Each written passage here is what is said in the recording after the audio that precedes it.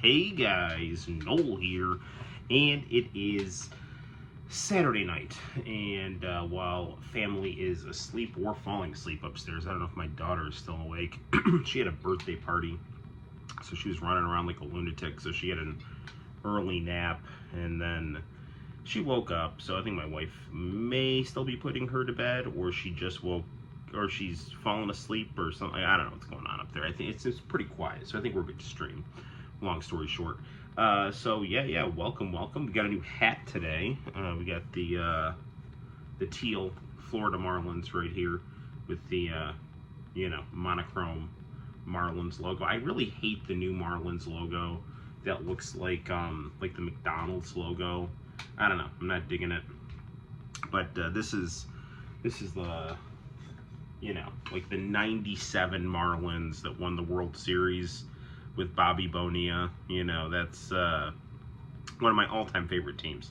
The New York Mets are my favorite baseball team, but the '97 Florida Marlins are one of my all-time favorite teams because Bobby Bonilla is my favorite player, and that's the team he won the World Series on. And the only time I think I've ever rooted against the Mets is when they played the '97 Marlins, because I just really loved the '97 Marlins, and I felt bad rooting against the Mets, but I really wanted that team to win the World Series because, Bobby Bo, yeah. But I love the Mets. They're always number one in my heart, but the '97 Marlins are just legit one of my all-time favorite sports teams. So, Well, tonight, speaking of baseball, we're gonna beat World Series baseball. I got a lithium battery for my Sega Saturn, so we're going to beat the World Series mode, and we're gonna see the closing credits, which are not on YouTube, and so we're gonna get those back on YouTube, and then I'm either gonna clip this from the stream and upload it, or I'll re-record it another time, because like the World Series baseball for Sega Saturn credits are like phenomenal. There's this awesome full motion video montage of all these different teams winning the World Series in like the 80s and early 90s. So I really want that back accessible to the masses. So got a new pair of glasses. So we got the red rectangular kind of Y2K style. So there we go. We got our Mac tonight, and I guess we can start off doing our normal chit-chatting about I don't know, whatever comes to mind: politics, pro wrestling, sports, all that kind of good stuff. I mean, talking about politics, the thing that I feel like I should talk about first is what's really important, and that's that we don't go to war with Iran. That is the thing that people need to pay attention to. Not getting dragged into a war because of the undue influence of Israel, who absolutely has the right to exist and defend themselves and all that stuff. But the idea that the United States could be dragged into a conflict over them is insane and not good. And one of the really good things about Donald Trump was his either pumping the brakes at minimum and at best kind of antipathy toward neoconservative imperialism. And he got into office, he got a ceasefire, which was awesome, in Gaza. He's been winding down the Ukraine war. He started negotiating with Hamas, to release some hostages, and then it was almost like, it's like once he got caught negotiating with Hamas, his hostage negotiator went on CNN, and it was like, yeah, the negotiations are going well, I think we can really make some progress here. It's like Netanyahu got mad, and then all of a sudden Trump just totally backpedaled on everything, and he bombed Yemen, and he started screaming about like saber rattling with Iran, and Israel broke the ceasefire with no resistance from Trump, and it's like, so it's just a really bad look for the United States. And I mean, I have a really good Jewish friend who loves Israel, and I think that's awesome, but You know, like, supporting a country and being an apologist for the actions of a country are two different things. And I mean, I think in the mind of the Israeli people, you know, if you let the Palestinians have a state, you know, there's all these Arab states around them. That state's going to get supported. It's going to eclipse you. And then you are then going to be targeted and your existence is going to become precarious. So then you're in a situation where it's like, well, what do? Do you just go murder all the Palestinians, or do you kind of leave them chained up in your basement, you know, give them like a bowl of dog food or something like that? And, you know, they had been doing they've been doing the latter, and now they're going to start, and now they've been doing the former, and it's a horrible situation. And the United States, again, it has, and Trump has shown this in Ukraine, the United States can bully people to get peace. And a slick diplomat, an empathetic diplomat, can achieve peace, especially with the geopolitical power the United States has. But I don't know. It's just like we're unwilling. You know, I don't know if it's because, you know, Israel has kind of an Old Testament mysticism about it.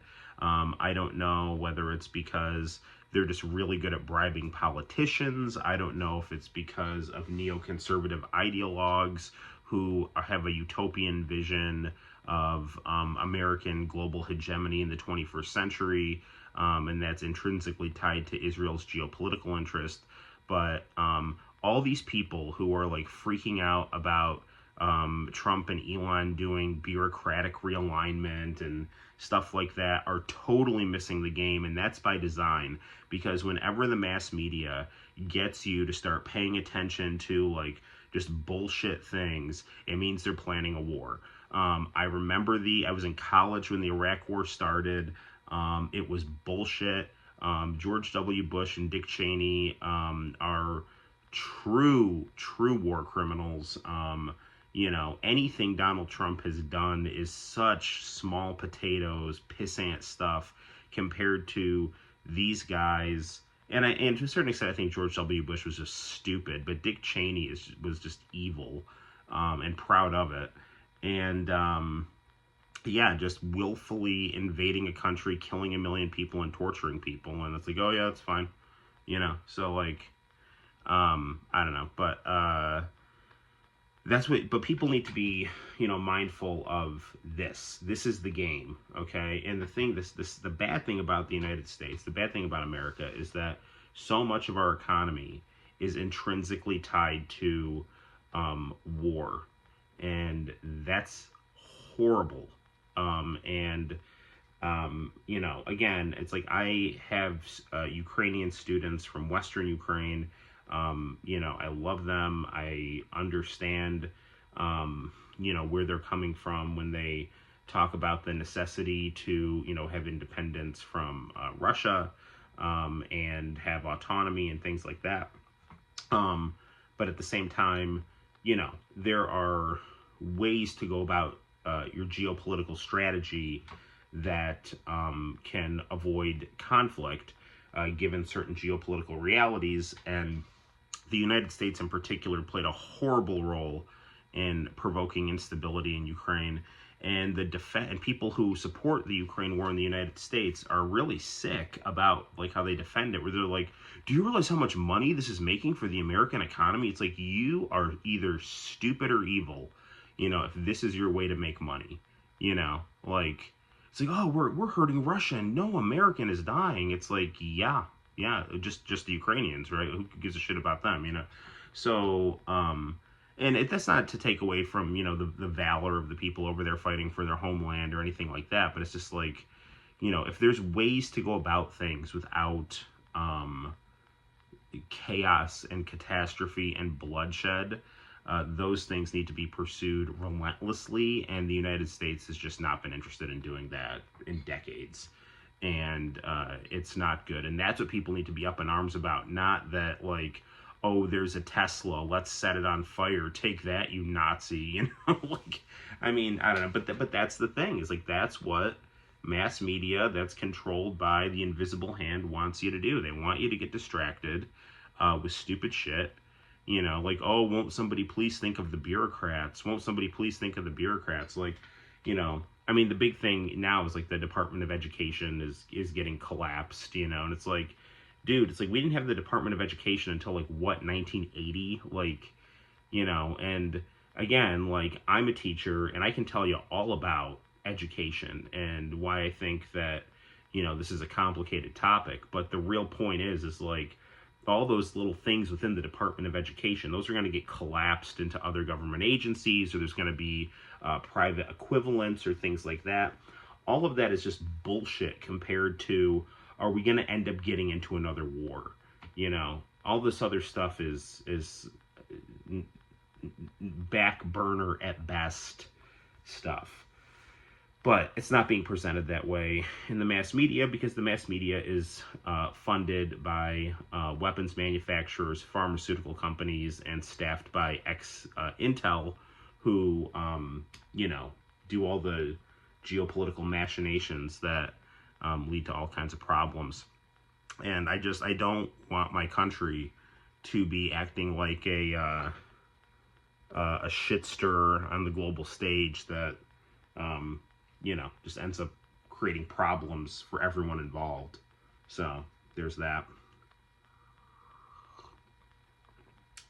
On the topic of education, let me talk a little bit, because there's a lot of like talking points about the Department of Education that, you know, there's always been this kind of caricature from like the Rush Limbaugh types that, oh, teachers are these coddled, privileged fat cats, and the teachers union wields all this power, and, you know, like, we're like welfare queens driving our Cadillacs on the taxpayers' dime. I mean, that is such bullshit. My response to anyone who says that is, if that's true, you need to get in on the scam, like, immediately.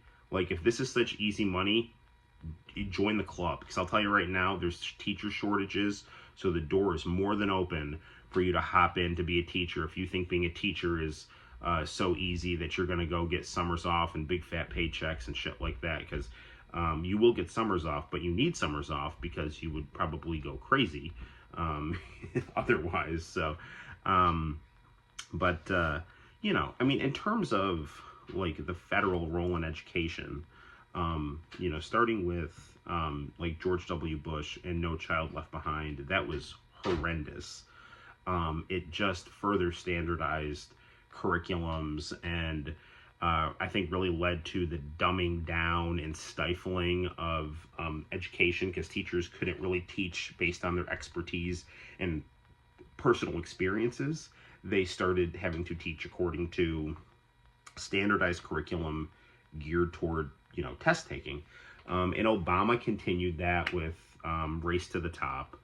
And, you know, the thing is, too, it's like when schools get money, it's not always that schools don't get money. Schools do get money. It's just that the money is always misallocated. You know, like, here's money for a new auditorium, and it only has to go to a new auditorium. Or here's money for a new cafeteria. Or it's like, what you really need, I mean, yeah, infrastructure in a school is important, but like what you really need is, you need money to hire more teachers so that there is a better student to teacher ratio. Because public schools can't teach religion, so it's hard for kids to know the difference between right and wrong. And the way that they're going to learn that is through getting good relationships with the teachers. And a teacher and a student can't form a positive relationship if the teacher is just outnumbered and having to do crowd control. So if you can limit class sizes, you can really start to develop a student-teacher rapport, you know, and create more of a community setting where you can instill, not indoctrinate, but instill positive values in people that make it more conducive to learning, you know. And I'm telling you right now, if you can get more teachers and smaller class sizes, that's where you want the money to go. So, I mean, whether that happens at a state level or a federal level, you know, is that's what needs to happen. And, you know, the whole idea that, you know, you have to have a more federalized, standardized curriculum, I don't think that's necessarily a good thing either, because I mean, different states do have different cultures, different ways of looking at their past and things like that. Now, I mean, it is important that students know, basic facts, and we're all kind of dealing with the same reality. But, each state does have its own kind of way of looking at things, and as long as we're dealing within the same framework, I think that's a healthy thing to have different, points of emphasis. And the other thing too is, like, people talk about their, school choice and things like that. Good.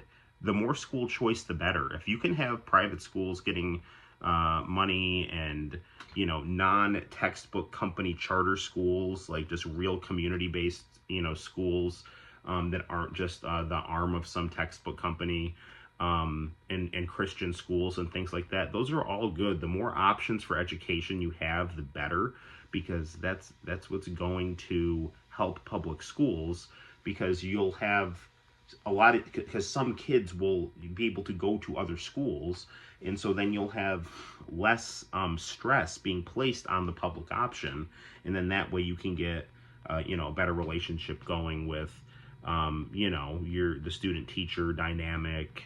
You'll be able to devote more time to kids with learning needs and things like that. So and the thing is too, it's like people might say, like, oh well, but then all the good kids are just going to go to the private option, and then all the bad, poor criminal kids are just going to do the public option. It's like, that's not necessarily true, because it's going to be based on a whole lot of things, based on where parents decide to send their students. I mean, there'll be economic incentives. There'll be, I mean, if a public school is good, then it will earn its reputation to have people go there. I've never seen a teacher not try. I mean, maybe there was like one case where this dude was like just so insanely burnt out that he was just on his way out the door. But 99% of the time, like if you're in the walls of a school, of a public school, you're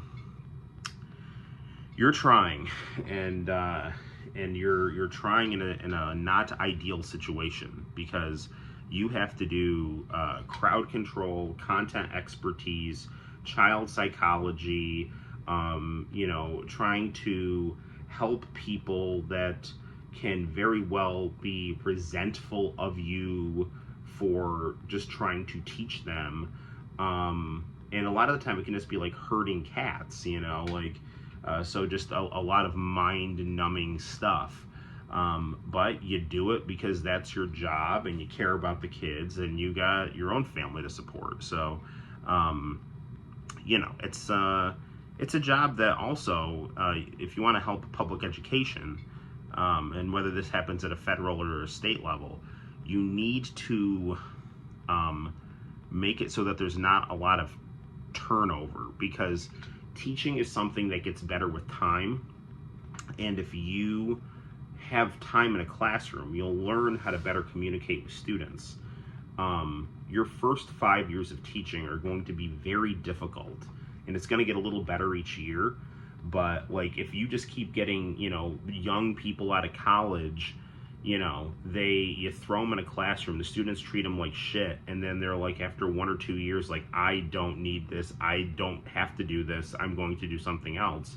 You're just going to get that same, revolving cycle of, green, easily overwhelmed teachers. So you need to have teachers that, know their way around a classroom, and know their curriculum, and know their strengths and styles of teaching in order to properly help the kids. And those are things that come from empowering the teachers to be able to actually handle their domain. The more kind of top-down bureaucratic bullshit there is. Now, you want to make sure the teachers are doing their jobs properly and things like that, obviously. But if you're just having teachers fill out, charts and, hand in lesson plans that they don't need to, and, you're justifying your job by creating, just new layers of nonsense just to say that you're doing something. I mean, that's not helping anyone, you got to make sure that the people that have their boots on the ground can, do their job and in as an effective way as possible with, you know, support rather than manipulation from the top. So, but yeah, but I mean, I think a lot of this stuff that the Department of Education does is just going to get, I think, collapsed into other agencies, and so I think a lot of this is just people freaking out because they're conditioned to freak out. That's not to say that you shouldn't have an informed and educated opinion on it, but it's also something that Republicans have been, including Saint Reagan, who everybody loves. Ronald Reagan campaigned on getting rid of the Department of Education. He just, didn't keep his campaign promise. So I'm not saying it's a good thing or a bad thing. I'm just saying that, again, I think it's somewhat of a distraction from larger geopolitical imperatives. Yeah, so there's that. What's going on? Looks like Aaron Rodgers is probably headed toward the Steelers instead of the Vikings. I'm telling you right now, if the Vikings are skittish on J.J. McCarthy, Aaron Rodgers has at best 1 year left in him. Sign him. Let him complete the Brett Favre prophecy. Let him throw the ball to Justin Jefferson. Get a good offensive line. Have him mentor J.J. McCarthy. See how far you can get. And then, once J.J.'s ready, just have him go. Give him the Jordan Love treatment. And let him be good. But I don't know. We'll just see what happens. Wrestling was in Bologna, Italy. WWE was in Bologna, Italy on Friday, which was pretty cool because my mom lived there for about 10 years. The communist capital of Western Europe. Seriously. At least it was in the 70s. AEW, John Moxley and Adam Copeland, Edge, Cope. He had a really crazy hardcore match. AEW does not deserve the bullshit that it gets from the people who just are on the internet trying to carve out an anti-AEW niche for Cornet viewers and WWE stans.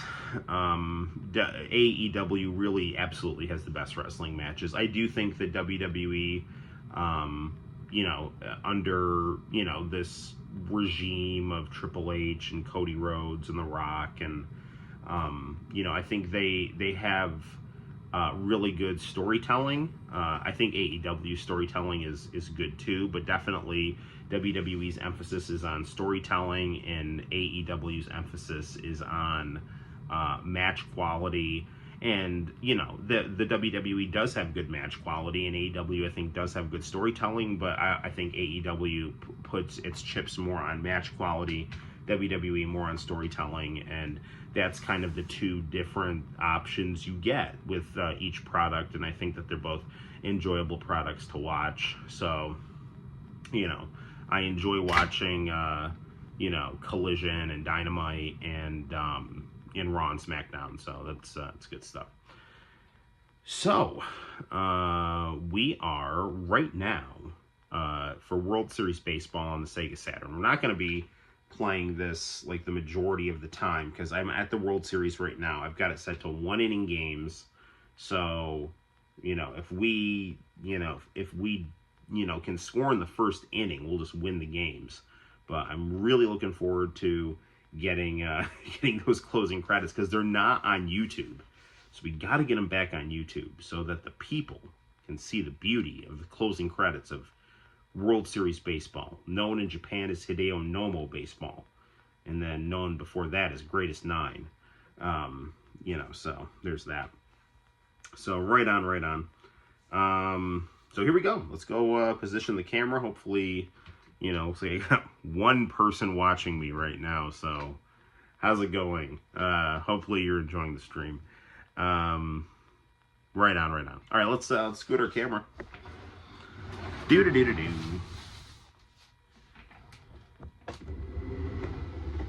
So we're going to go to this monitor here.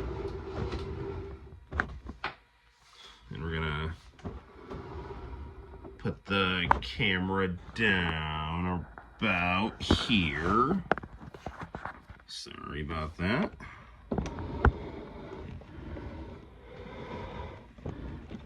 How do we want to do this here? There we go. Let's get Sonic bigger. Bum, bum, bum. Alright, there we go.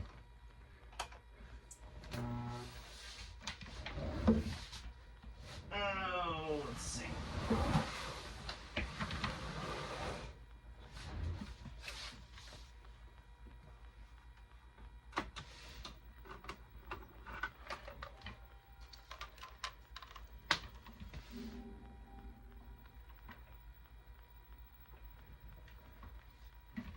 We got stereo speakers and we got monitor speakers, so we don't want it too loud though. We don't want to wake up the family.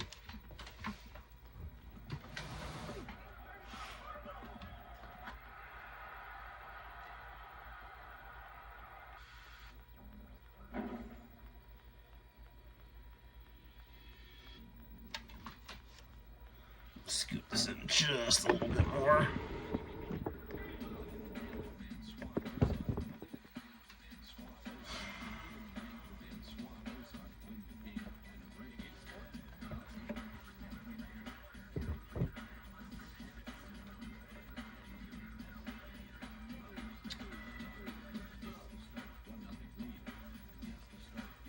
Been playing Cosmic Fantasy 2 on the Switch. It's my other thing that I've been playing.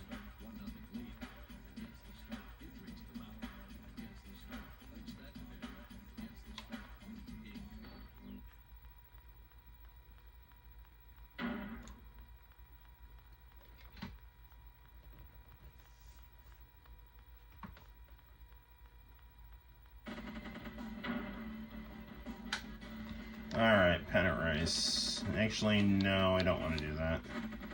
I want to set it to easy first, because it's weird, it doesn't keep your...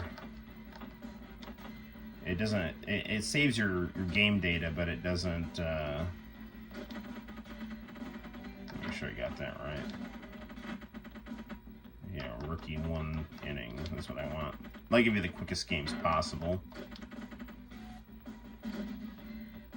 Continue on to the World Series. Why not without my cup of coffee? Let me go grab that. Hold on a second here.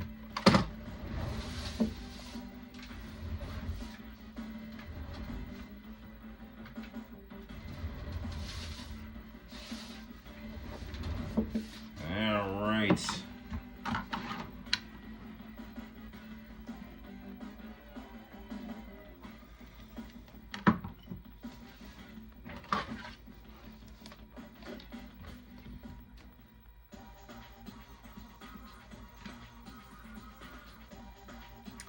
All right, here it is. Mets and Blue Jays. We get home field advantage.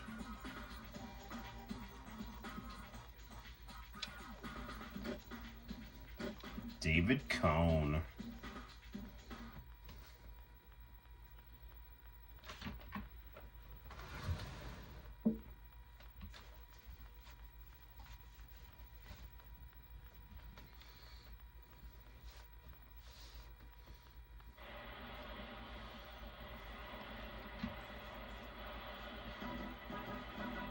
Man, I love that Blue Jays logo.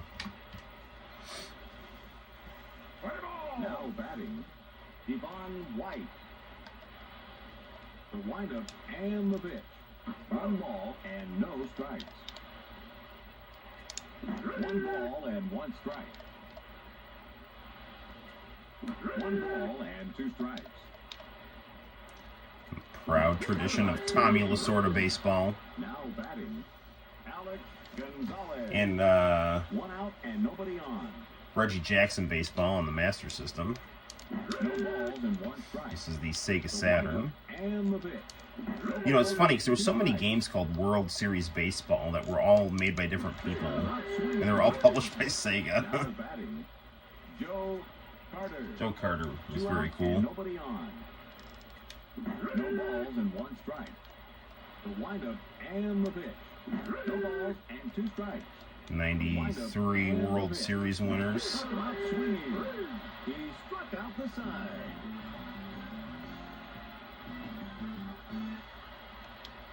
Now batting, Brett Butler. The windup and the pitch. Slicing foul. The windup and the pitch. No balls and 2 strikes.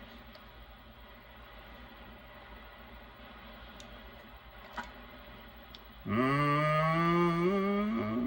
ball rolls to the I'm gonna stay. Base hit. Now batting, Jose Vizcaíno. No outs with a runner on first. Shot hit into the right field corner. Get out of there. A game-winning home run. Yes! The ball game is over. The Mets win.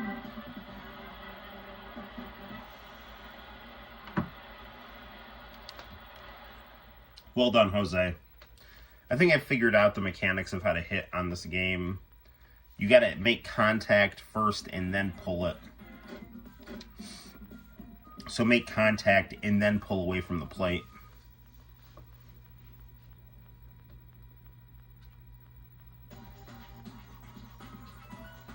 Alright, we got one game.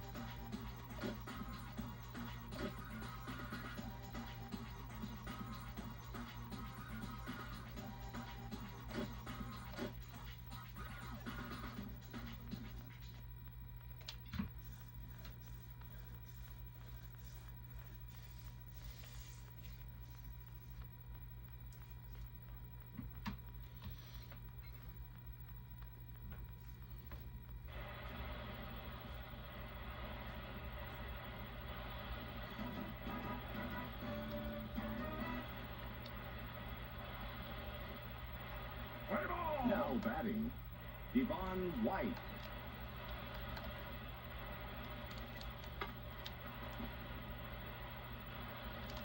The throw to I should just run it. an infield hit. Now batting, Alex Gonzalez. I was waiting for the pitcher to No get outs there. and 1 runner on base. No balls and 1 strike. No balls and 2 strikes. Started out swinging. Now batting, Joe Carter. 1 out and 1 runner on base. No balls and 1 strike. No balls and 2 strikes. Started out swinging. Yeah, right. Now batting, John Olerud, he always wore a helmet. 2 outs with a runner on first. No balls and 1 strike. Even when he was in the field, he wore a helmet. No balls and 2 strikes. Started out swinging. 1 runner left on base. John Olerud played on the Mets for a little bit, I want to say. I'm like 99% sure he did. Now batting, Brett Butler. The Butler did it. Ball hit between first and second. Ground ball through the infield. Base hit. Now batting, Jose Vizcaíno. No outs and 1 runner on base. No balls and 1 strike. Come on, Jose. Could be. A game-winning home run. Good old Jose Ball game with is his over. constant game-winning home runs. Jose Vizcaíno, Mets shortstop extraordinaire.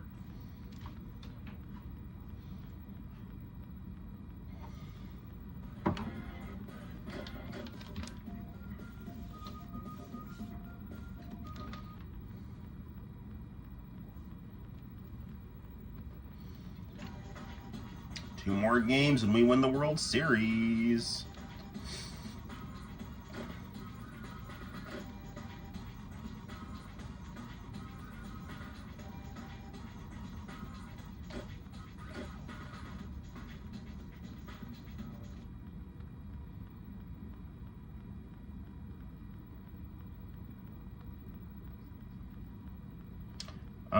I'm sure I've said this before, but I tried to order Hideo Nomo Baseball on eBay, bought it, and then it just never came. It truly sucks.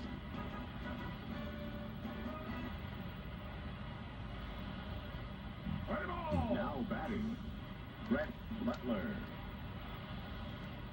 The windup and the pitch. The throw to first. Damn.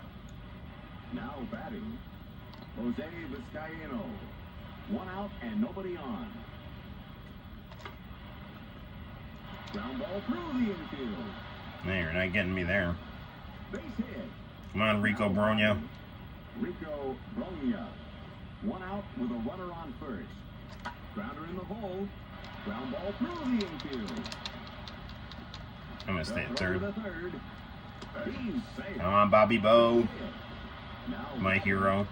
Bobby There goes my hero. runners on first and third. Watch him as he goes. Ground ball through the infield. The throw to third. He's safe. RBI single. In comes the closer. One out with No, runners they're on scared first now. and third. No balls and one strike.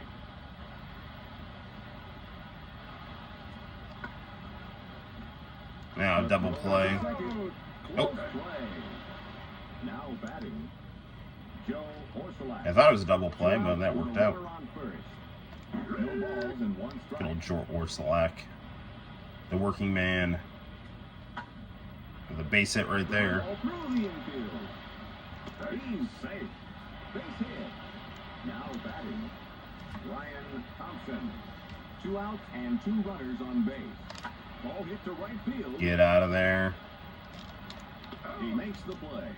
Two runners left on base. In the top of the first, the Mets score first. Paul Molitor. I haven't heard that name in a minute. 3 outs away from a perfect game. Now batting, Devon White. No balls and one strike. No balls and two strikes. Struck him out swinging. Now batting, Alex Gonzalez. One out and nobody on. No balls and one strike. The windup and the pitch. No balls and two strikes. One more. Oh, He makes Yes. the play. good job, Jose Now Vizcaíno. batting, Paul Molitor. One more out remaining. No balls and one strike. No balls and two strikes. Struck him out There we go. There it is, a perfect game. The ball game is over. The Mets win. All right, one more game and we win the World Series.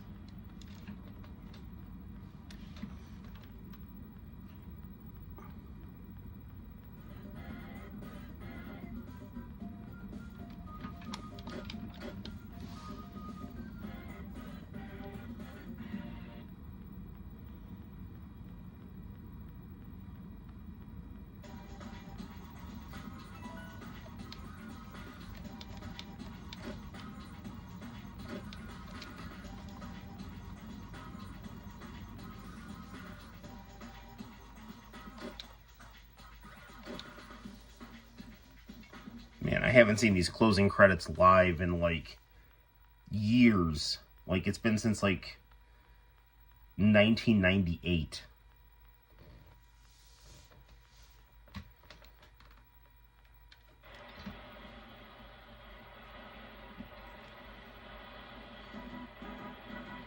The thing is once we get them, we can't put it too loud because we don't want to wake up our the family upstairs. Now batting, Brett Butler. No balls and one strike. No balls and two strikes. The windup and the pitch. Darn it! Now Come on, Jose. Jose Vizcaíno. One out and nobody on. Back up the middle. Good job. Ground ball through. Can always rely on Jose Vizcaíno. Base hit. Clutch hitter extraordinaire. Rico Bronya. One out with a runner on first. No balls and one strike.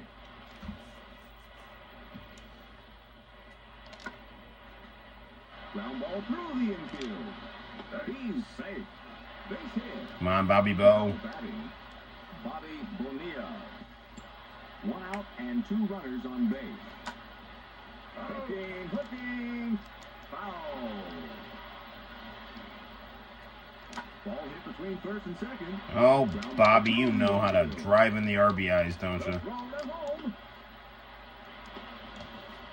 RBI single.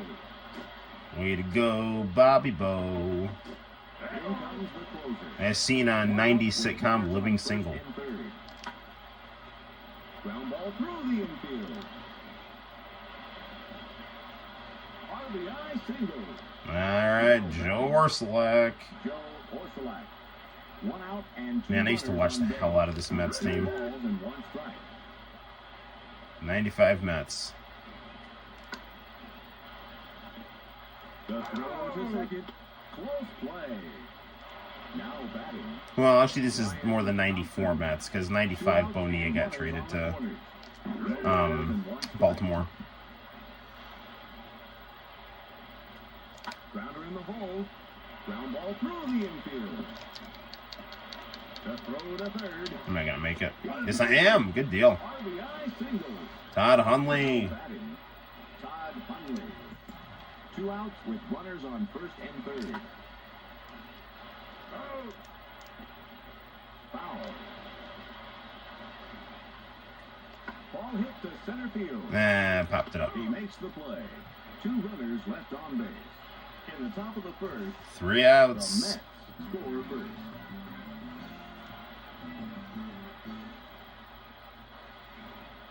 Three outs away from a perfect game. Now batting, Devon White. 1 ball and no strikes. 1 ball and 1 strike. 1 ball and 2 strikes. The windup and the pitch. Struck him out swinging. Now batting, Alex Gonzalez. There we go. 1 out and nobody on. 1 ball and no strikes. 1 ball and 1 strike. The windup and the pitch. 1 ball and 2 strikes. The windup and the pitch. Struck him out swinging. Now batting, Here it is. Mulder. 1 more out remaining. 1 ball and no strikes. 1 ball and 1 strike. The windup and the pitch. 2 balls and 1 strike. 2 balls and 2 All right, let's turn the volume up here. This could be the last pitch. Struck him out swinging. There it is. A perfect game. They've done it. The Mets win the World Series.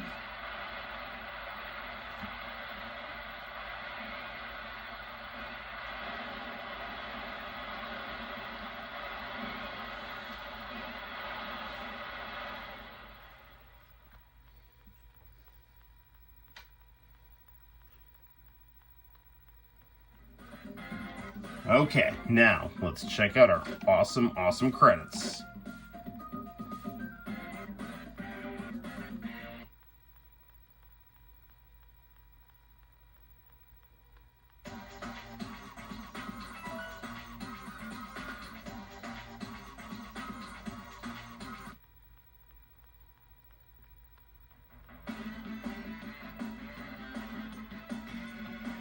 Yes, the Mets taking their spot above baseball as they deserve to. And here it comes.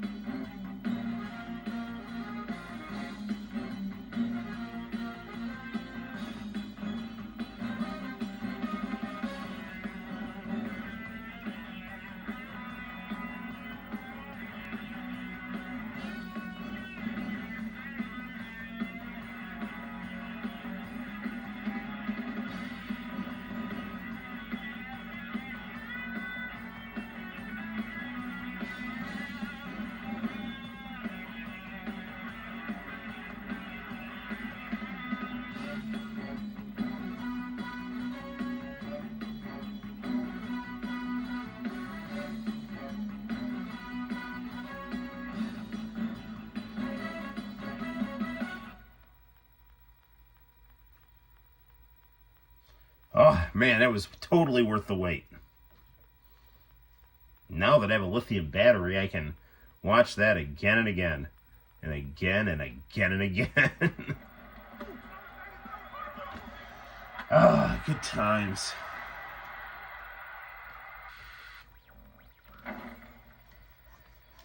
Alright, well, we beat World Series Baseball.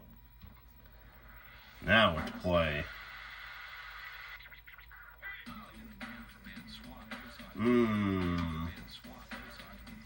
Maybe we should play some Cosmic Fantasy. I downloaded, they had a sale actually for like $52. You could get the whole Final Fantasy Pixel Perfect collection. Normally that goes for like $80, so, which is kind of ridiculous, but whatever.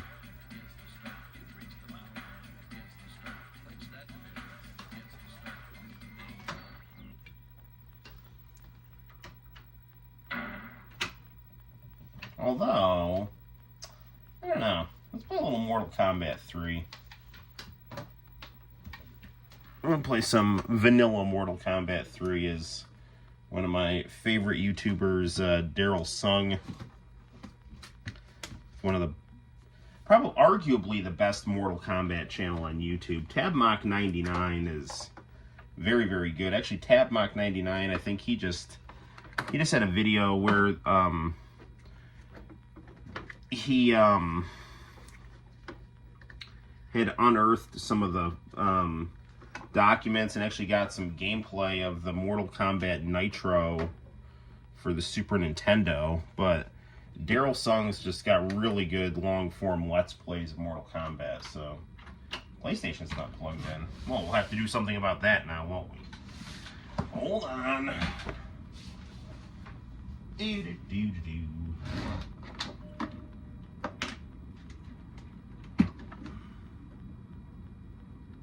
What TV is that? That's Saturn's TV one, I think. So there we go. Unplug the Saturn, plug in the PlayStation.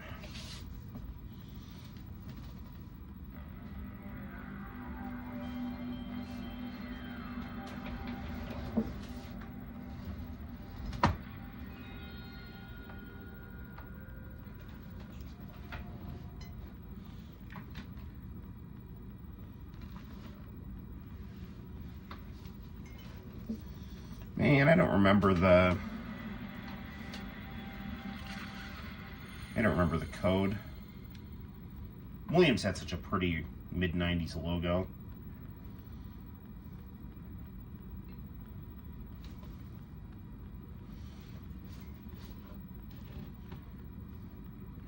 This is the screen where you like enter in the code, and I don't remember what it is.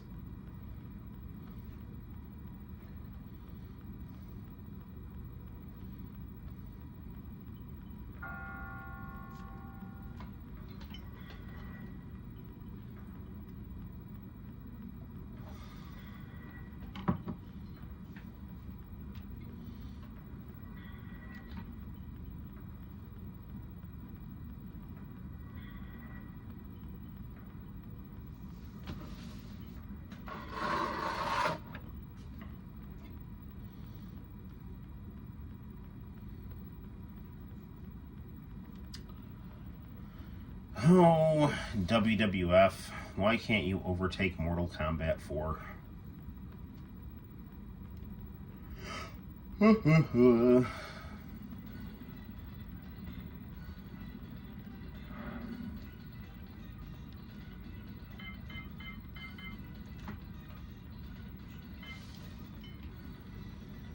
wonder why does Mortal Kombat always have its volume so low?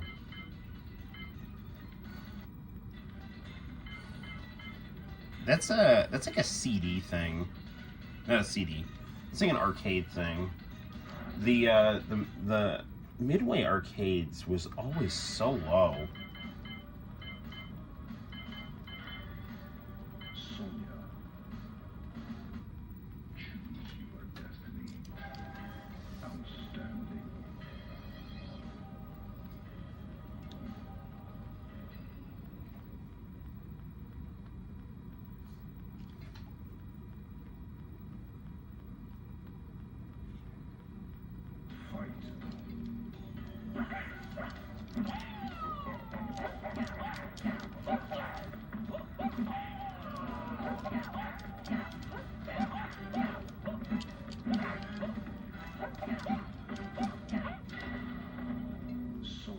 Good job, Sonya. Those fashion-forward leggings.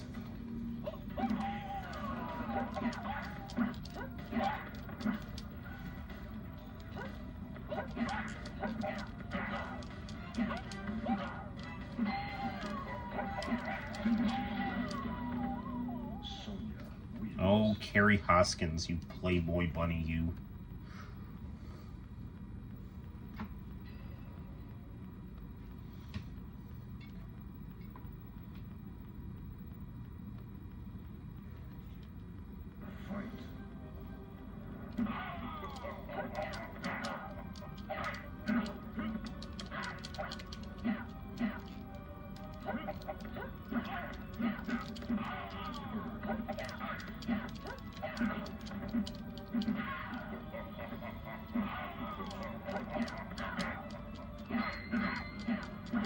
There we go. Sonya wins. Fight. Well done. Buy me Bone Storm or go to hell.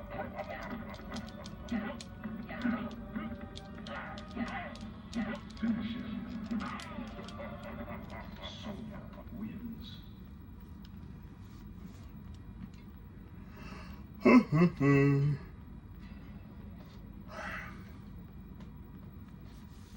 Oh, here comes the four-armed Amazon that is Shiva. Fight.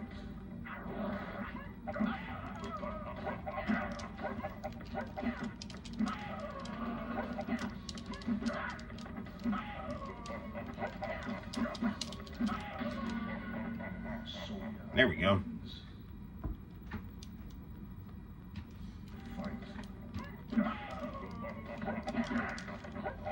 New Cybot. Perfect. Right? Yep.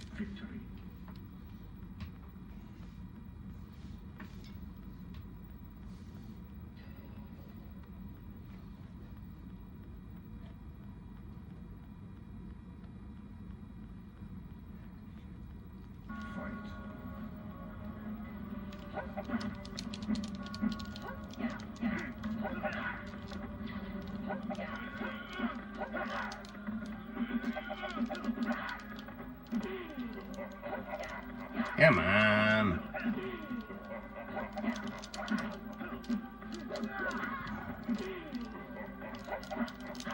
Oh, darn you, Cabal. Wins. Fight.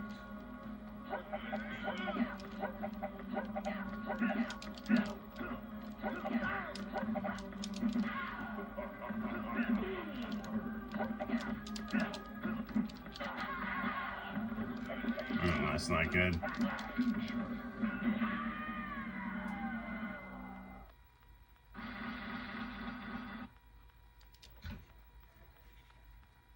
Cabal wins. Fatality. That's too bad. We had a good run. 4 credits, that's some bullshit.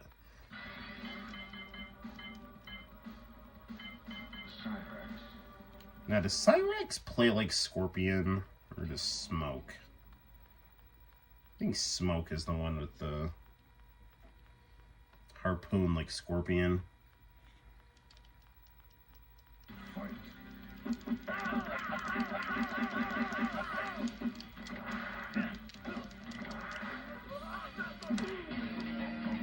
Cyrex wins. No, he has the net like Scorpion, though.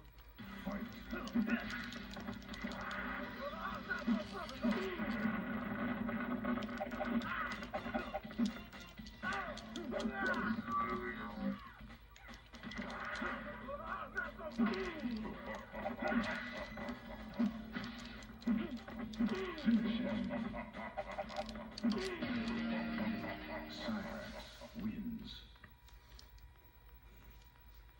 These Predator ninjas making a bold statement that Daniel Pesina is replaceable. Which, of course, he is not, because he's the best.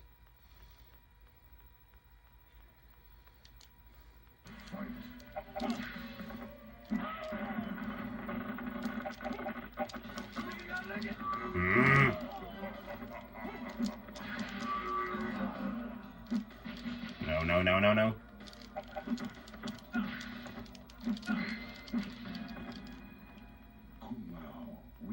That's no good for anyone. Except for Kung Lao.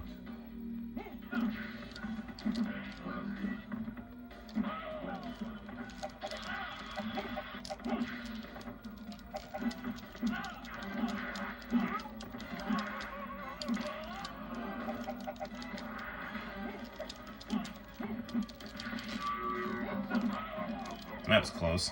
Cyrax wins.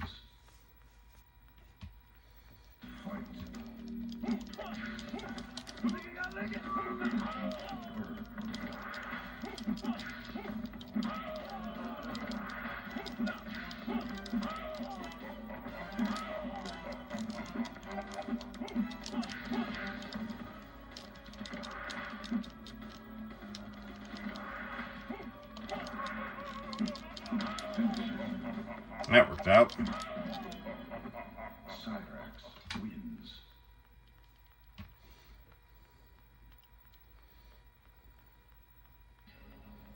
Ooh, mirror match.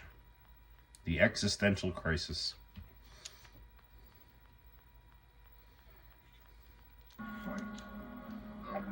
Will Cyrax be able to beat slightly darker Cyrax? The way it's going, no.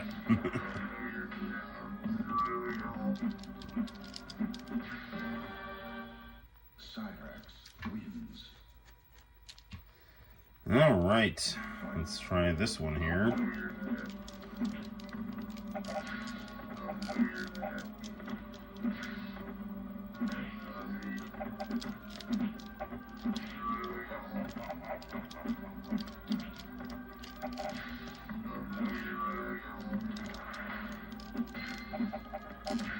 Oh, that one worked. Cyrax wins. Fight.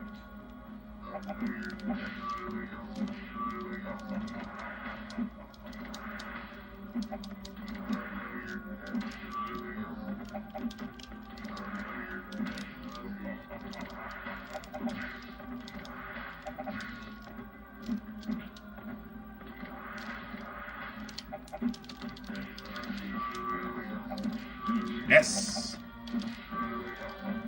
Cyrax wins. Now come the painful losses to Motaro and Shao Kahn.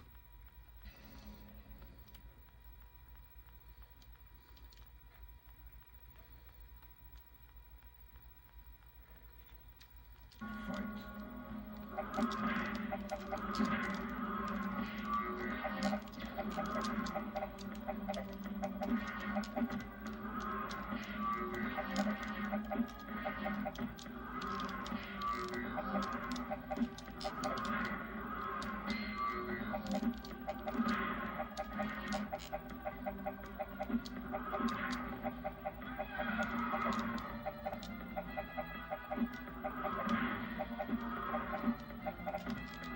Ah, damn it.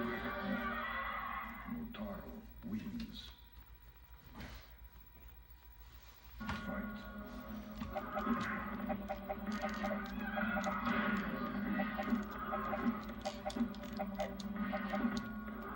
Oh, come on. Some nonsense.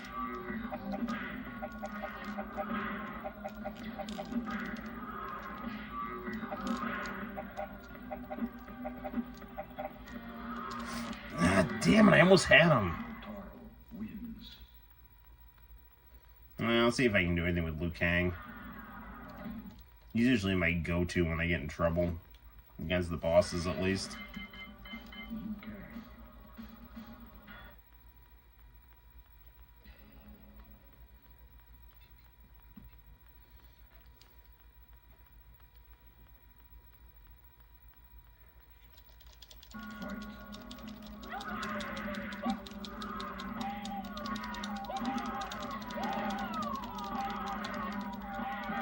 Well, that was a whole lot of nothing. Taro wins.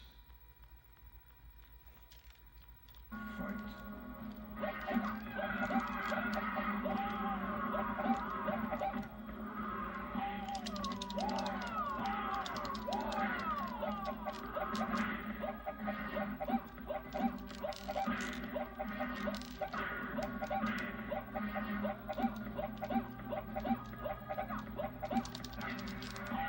What? I forgot he was impervious to projectiles there. Let's try one more time with Liu Kang. Not that I'm very optimistic.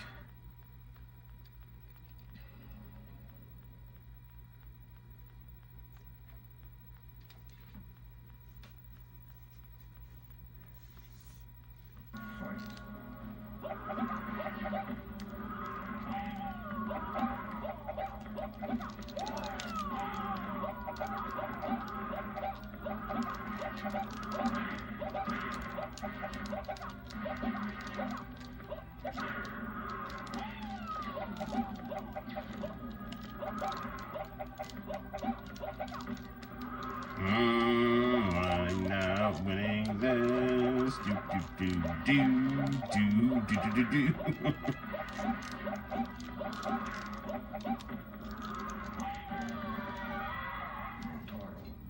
Well, that was something at least.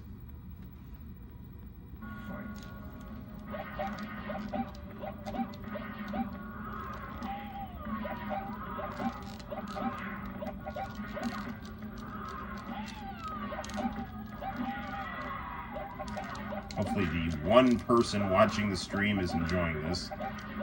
Although I'm sure they're watching this accidentally. They were eating mayonnaise in the middle of the night and they passed out and their face accidentally clicked on this video on YouTube.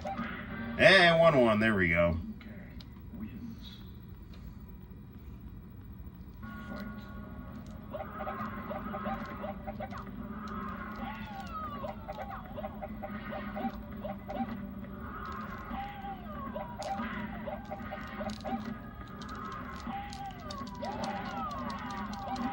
Well, sugar.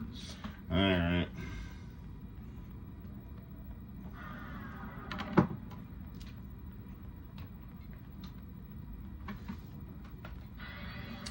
Diego, how you doing, brother? I'm on my last credit on Mortal Kombat 3 here. We beat World Series Baseball.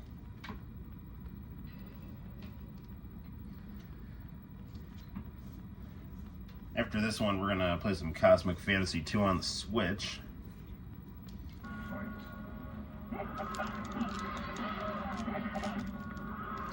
I don't even remember how to fight Motaro. I mean, I have beaten him in the past. I just don't remember, like, what the trick is here.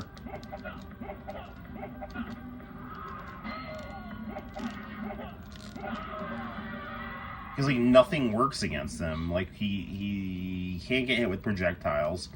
If you jump kick him, I mean, you can get some stuff going here, but if he blocks, then you're immediately going to take a hit.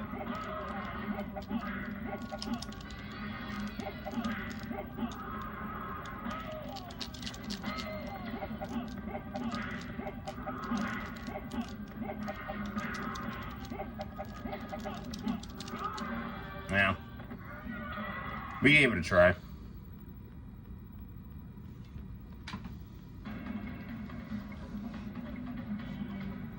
Whatever. Okay. Let's play some Cosmic Fantasy. Doobie-doo. I did have the Switch hooked up to the VGA monitor, but I now have it. I think I'm gonna give it a try on the flat screen here.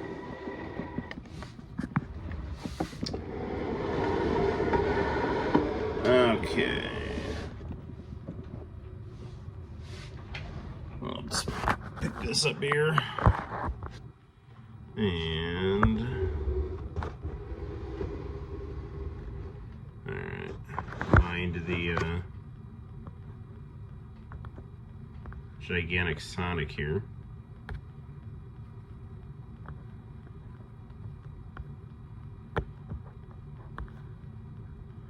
There we go.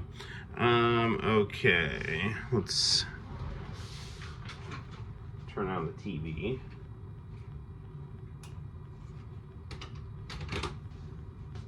And I have not hooked up the Switch to this TV before, so we'll see how it looks. But I did have the Super Console X on this TV, and now I have the Switch, and I think that looks pretty darn nice on this TV here.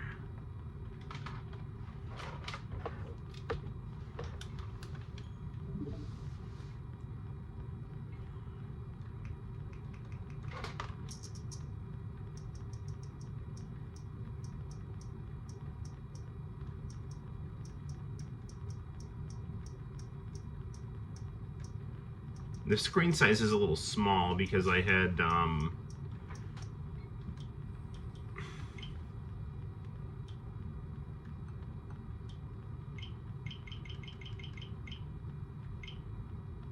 we go.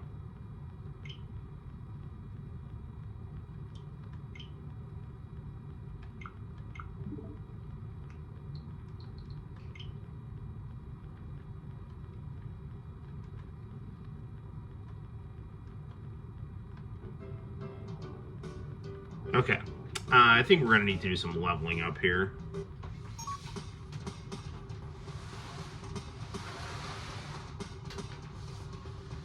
But also what we're going to need to do here is I want to get Sonic a little bit more on screen here. And we'll shrink him down a little bit here. Just put him in the corner. There we go. Okay, that's much better. And maybe we can scoot the TV just a little more, or scoot the camera just a little more this way here. There we go. Noel, what's your opinion about Elon Musk in the White House and people vandalizing Teslas? I think that, you know, the vandalizing Teslas is bullshit. I think Elon Musk is in the White House because Donald Trump was so like ravaged by big tech that he needed a strong ally, and I think Elon was kind of fed up with the liberal establishment, so he decided to team up with Trump.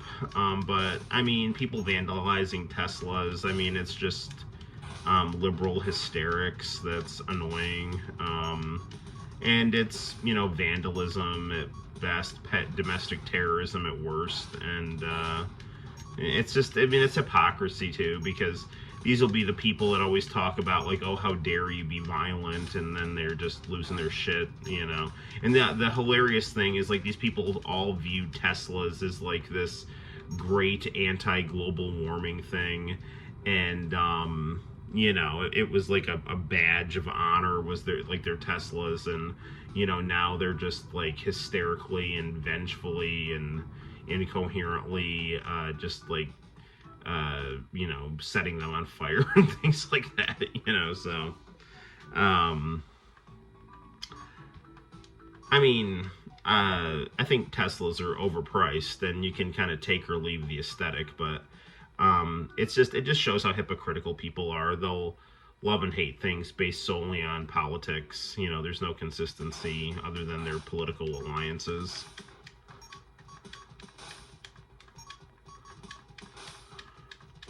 So, Cosmic Fantasy 2 has a much less tedious system of leveling up than its predecessor, which was like you had to basically heal after every single fight. But so I've been just kind of cruising through this game here, but I have this girl Annie and Viola here, and they just joined the party, and they're like super weak. So I mean, Van is like pretty, like, he can like kick pretty much anyone's ass, but these two girls here are like functionally useless in my party. So I should probably level them up a little bit here, because I do have to kind of go through a cave dungeon here, and I got pretty far in there, but these girls just keep getting KO'd, and they're like not doing anything, so.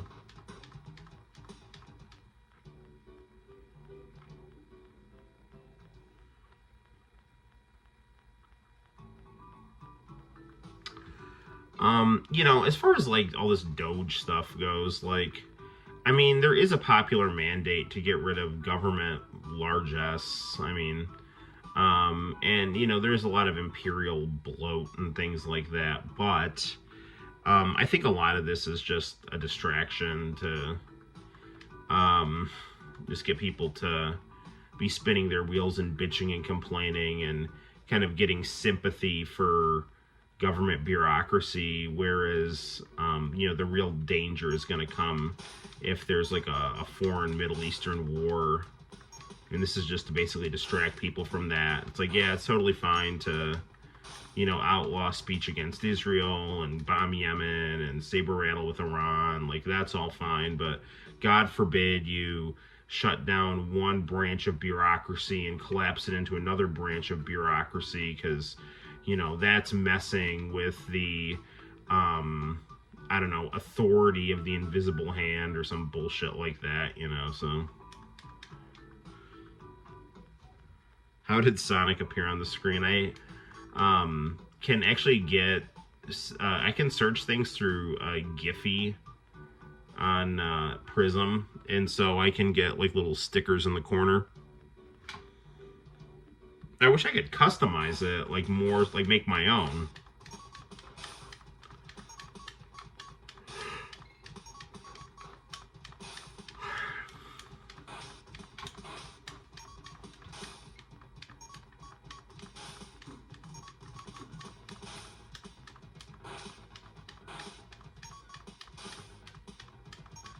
Come on.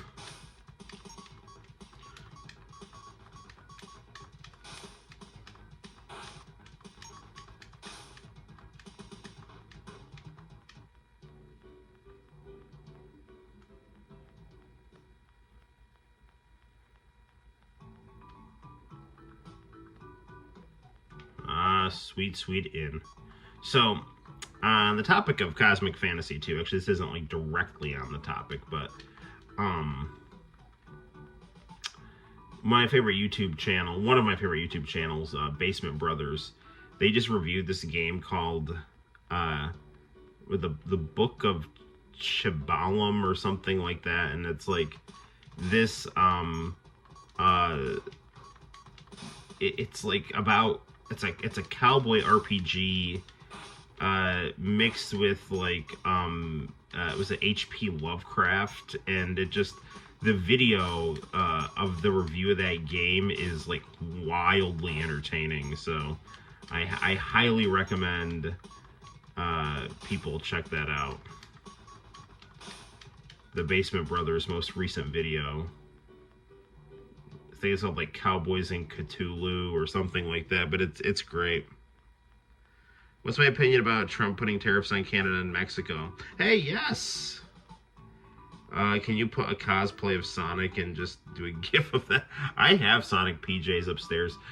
Here's the deal with the tariffs. Yes, welcome to the stream.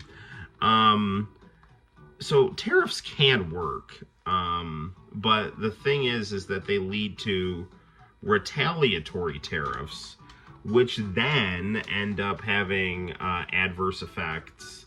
So, like, yeah, you can boost American manufacturing by prioritizing things that they make in your domestic economy by taxing imports. But then the country whose imports you're taxing are going to tax your stuff coming in, or, you know, jack up the price on their things to try to spite you when they're importing things. So, you know, like, it's a very much a double-edged sword. I think Trump, before he started bombing Yemen, was more in line with using tariffs as a diplomatic method, rather than just using brute military force. But I still do think he I think Trump views tariffs as a way to get things that he wants through economic and diplomatic pressure, as opposed to through military violence, which I still think he's just not very. He's not as enthusiastic about as his predecessors. So, you know,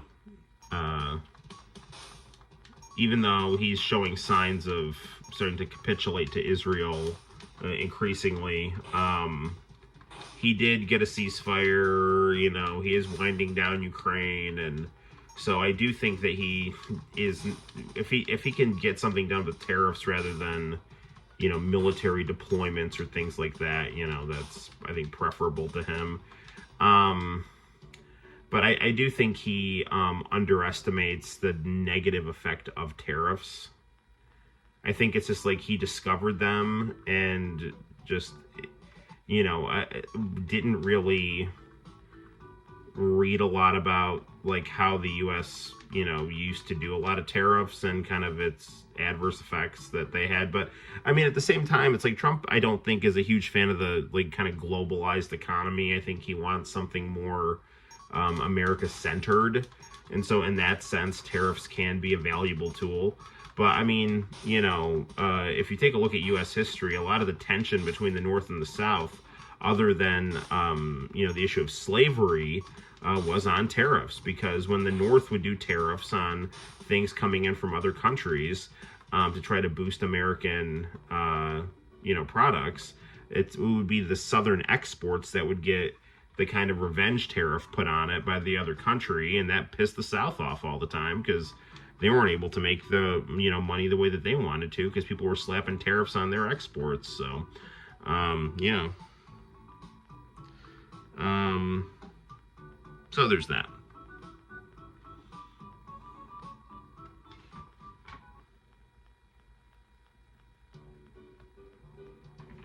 I'm just looking at my Chromebook battery, which is getting low, which doesn't really mean anything. It just means that I was looking at my Chromebook rather than the phone for the chat.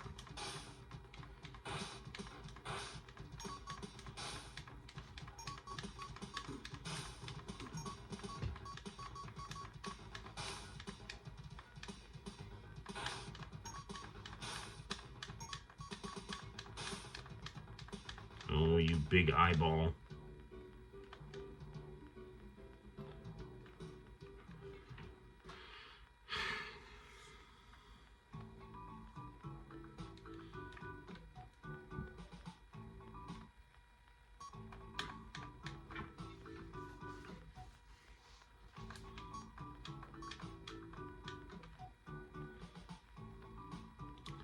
Well, there's that. Okay. I wonder if we're... I don't know what level Annie and Viola have to be at to hit that cave, you know? I mean, I feel like this is a time when I need to do some grinding, though, because, like, I've been just kind of cruising through the game, and it's been great, and, you know, these two are just getting their asses totally kicked. And it's not even like they have good magic to use, either. It's just, you know... I do think it's, for all of Trump's diplomatic accomplishments, and there have been significant ones. I mean, he did greatly improve our relationship with North Korea. He's starting to normalize relations with Russia, which I do think is a healthy thing to do. I mean, not at the expense of, like, you know, just, you know, I'm not saying, like, oh, just go let, you know, Putin do whatever he wants, but it's like, it's ridiculous. Like, there's no reason why the United States and Russia have to be in an antagonistic relationship, and there's no reason that the United States and Eastern Europe have to be in antagonistic relationships. We should be able to understand, like, different parties' mutual interests and be able to, you know, build off our common ground, you know.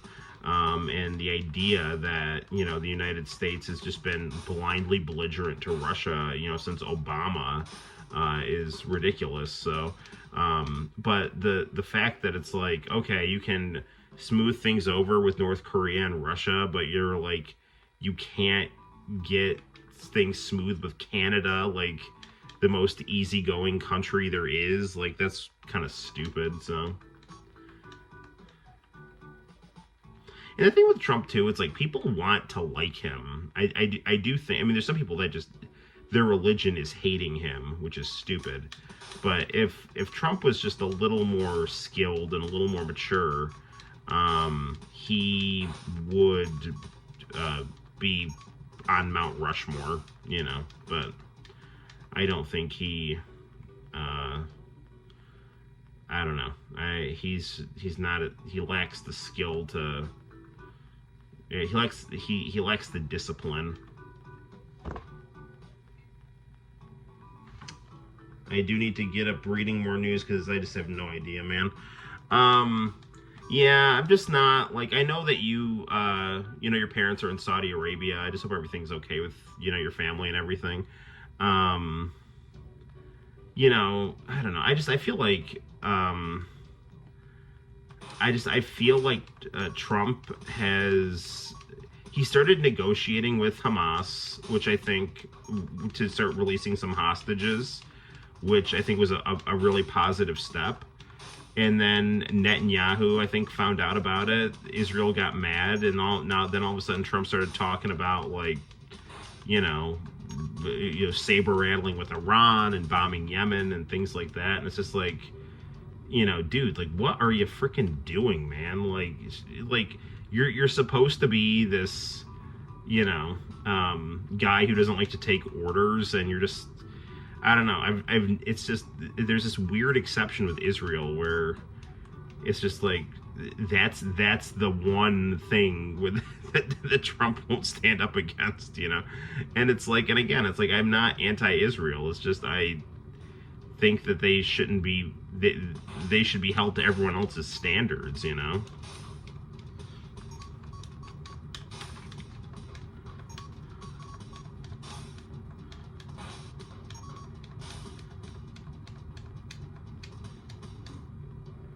But, I mean, you know, the thing, yes, is, like, here, like, yeah, people can, like, pay attention to the news, but it's like they'll pay attention to the news in, like, the wrong way, you know? Like, they'll just keep, like, the way that the media is in the United States is that, like, there'll be, like, 24-hour news, but they, like, report on nothing. Or, like, they'll just report on things. The way that they'll frame stories, they're just designed to get people, like,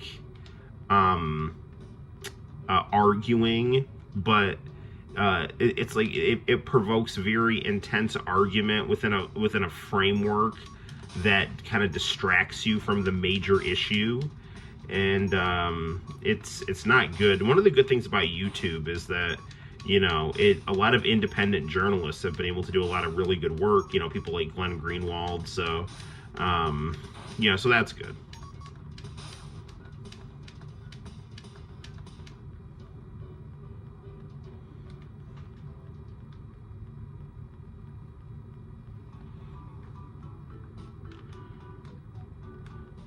I mean, the important thing is, I think people just, like, Trump was elected to do two things: fix the economy and stop wars. You know, that's all he's got to be focused on. And I don't think anybody anywhere wants more conflict, you know, anybody who's reasonable, you know, like, whether you're in America or in the United Arab Emirates or in Saudi Arabia or wherever, you know, like, I think people just want peace and stability and mutual, people kind of mutually benefiting from each other's, you know, strengths and interests in a positive way.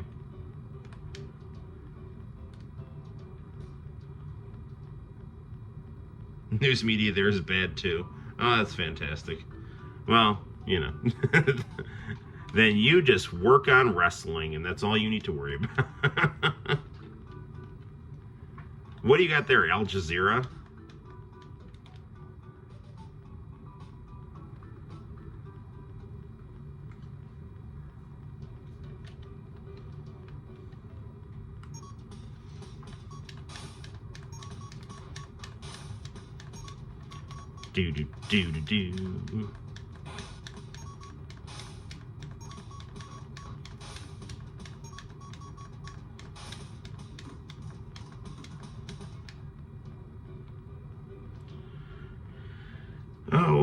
want to tackle this cave, or do I want to pop in some VHS tapes?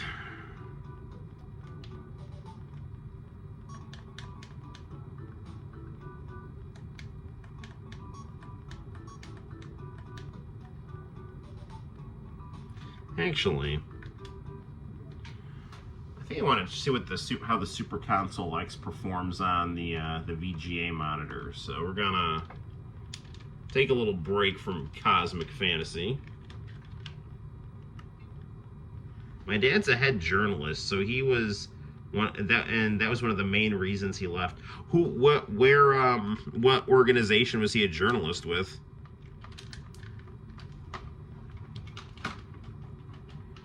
That's too bad, though, because, you know, we need good journalism here and in the Middle East, you know, especially. So, because there's so much just bullshit, man.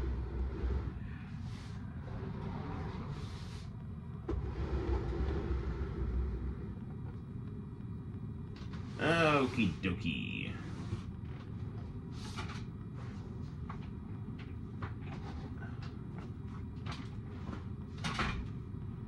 Ah, okay. We got MSNBC, Al Jazeera, and Al Arabiya. Okay, but got bogged down. Gotcha. Interesting. Very interesting, man. Yeah, dude, MSNBC is fucking terrible, dude. It's like the worst. Where? Okay, I think I gotta unplug my clock. I gotta get another plug thing here because I ended up unplugging the Super Console X, and we gotta have that. So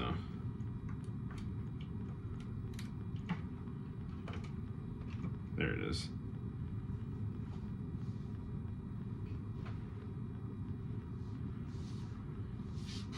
Let me adjust like so.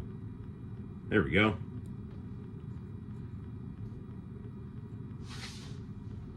Where's my controller? There it is.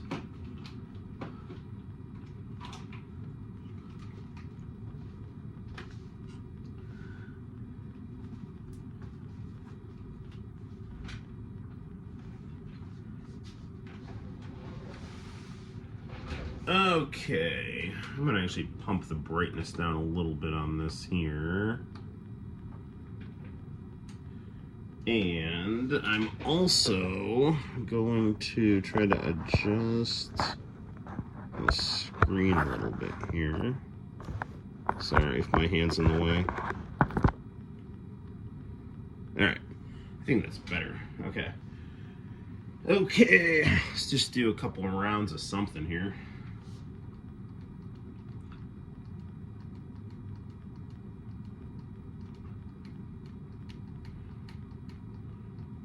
Oh, let's hop on MAME. Doobie-doobie-doo. MAME.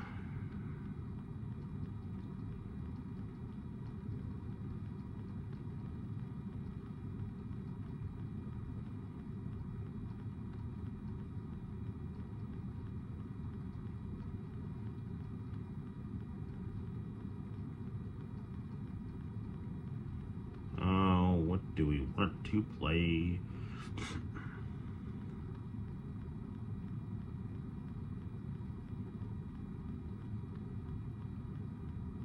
Should we play Moonwalker? Or should we play DJ Boy? Asura Blade, Captain America, I don't know, man. Goemon. What the hell? Let's do a little Moonwalker arcade here.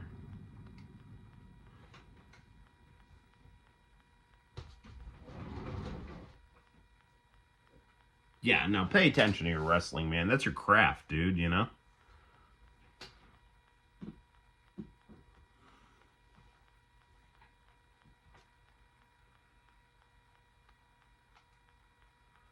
Well, that didn't work. No, change the emulator for that one, I think.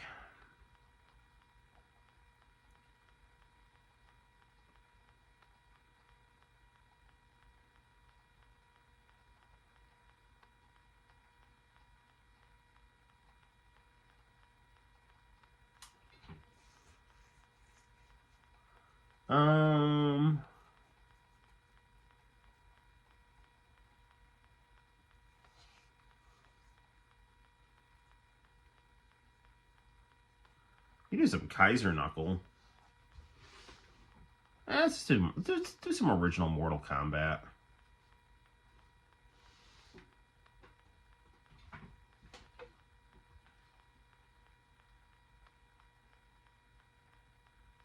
It's for Uni, though.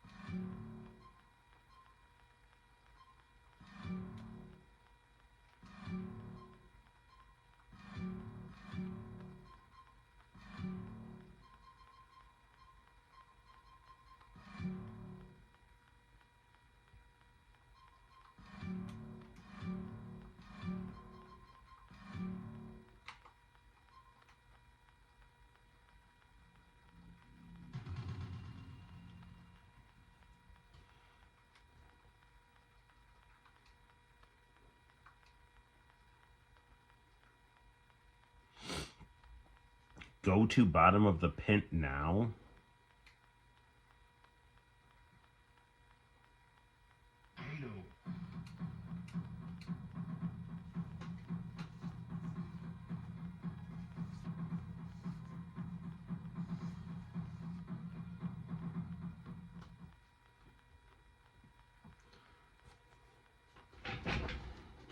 I want to just see if I can scoot the TV just a little bit down this way. I always wanted to make a game. That's awesome. Well, I've always wanted to make get a comic book published, so.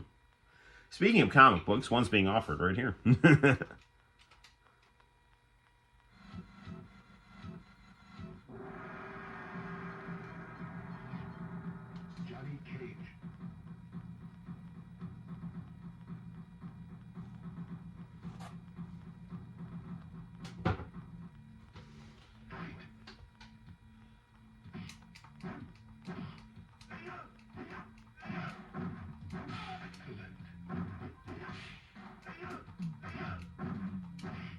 Now the cool thing about this is that I'm on a VGA monitor, but I've enabled extra scan lines here, so this looks pretty badass here.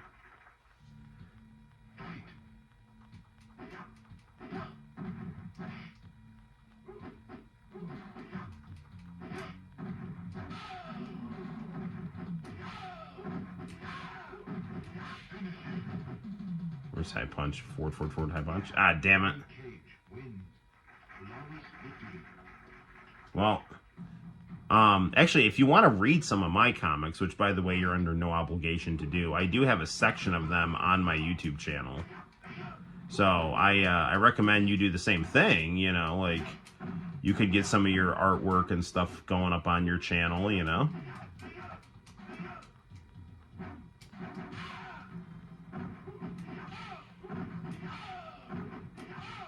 There we go.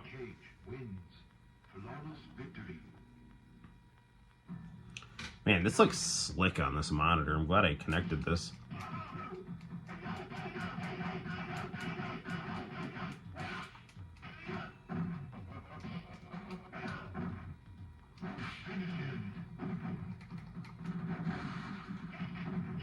I'll go Scorpion's head. It's a good thing he was already dead.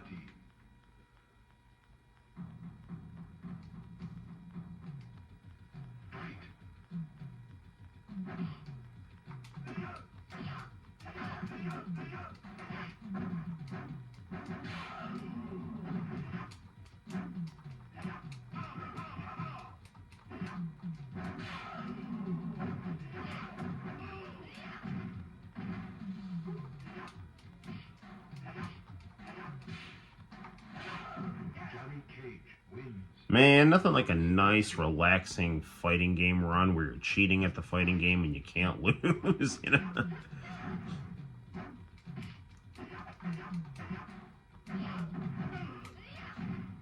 Oh, Sonya.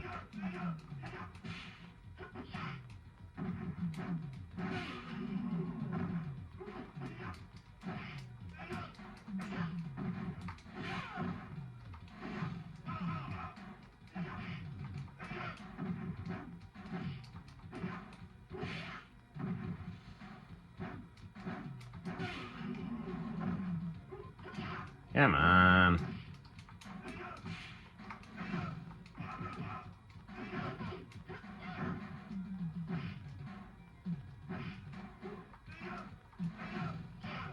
Man, if I wasn't cheating on this, I'd be long KO'd.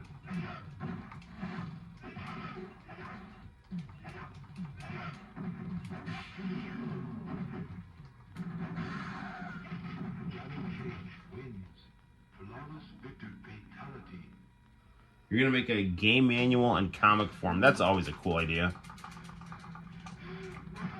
What? I'm on the line. Ah, whatever. Kano was best when he was bald.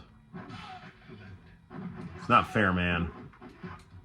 It's not fair that we don't have bald Kano anymore.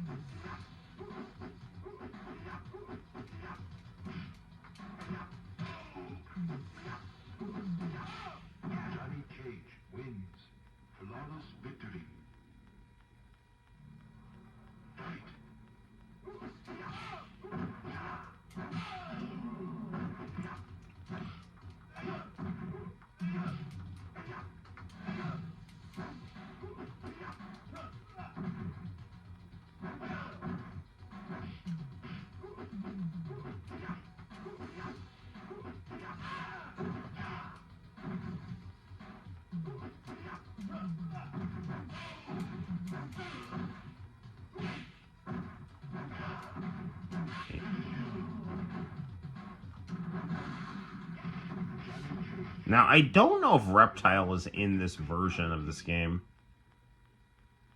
Yeah, I guess not. He must be in a different, like, revision or whatever.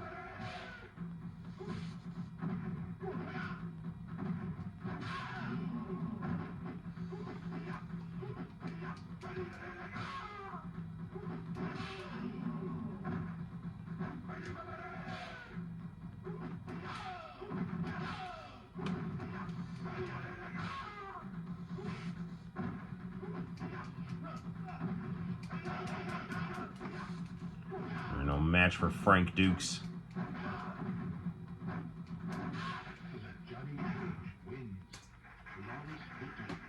Oh, my laptop just died.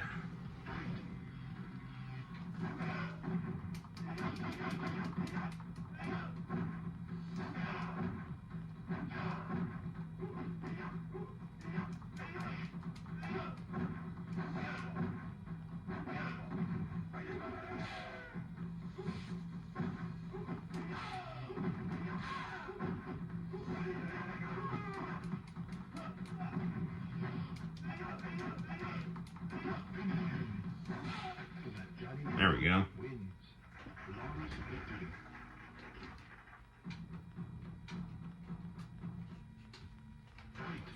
Hold on 1 second. I want to just try something out here. AV mode, that's game. Where's my input here? I'm trying to, oh, never mind. I was going to try to put I can't see the chat on the monitor on the computer anymore, so I was gonna try to queue it up on this TV here. Oh, there's my input right here. So okay, Cable. Here we go. And then I wonder. Yeah, there it is. Okay, hold on. I'm gonna try to get the screen I just had the switch on. I'm gonna see if I can get my stream popped up on it here, so I can just glance over and look at the chat.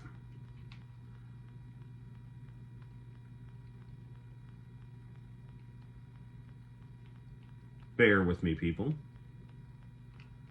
Do do do do do do do do do.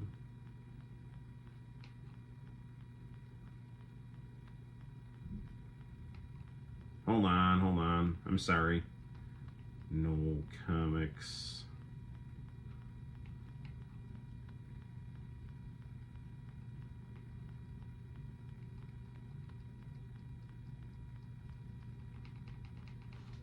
I'm trying to see. Hang on, I'm trying to navigate to my channel here.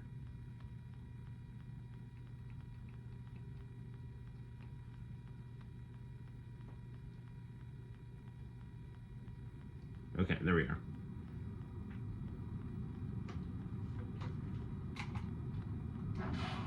Okay, here we are. Okay, I'm watching my stream on another TV while I'm playing this game, so.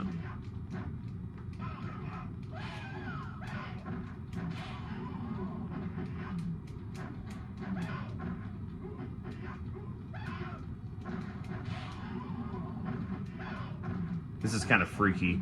Normally, I'm on a much smaller monitor looking at the chat. So.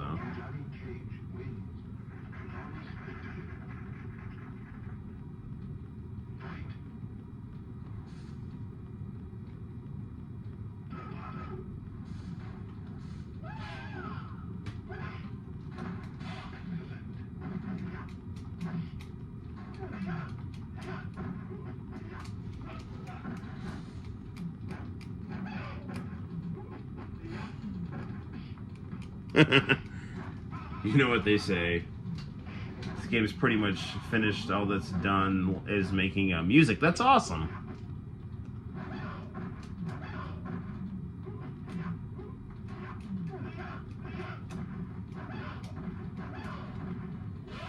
Wow, I am not doing well here.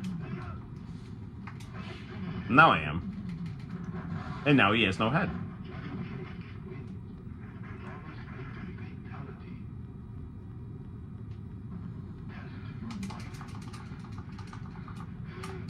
There we go. Good old Daniel Pacina. Look at him. He is so proud of himself.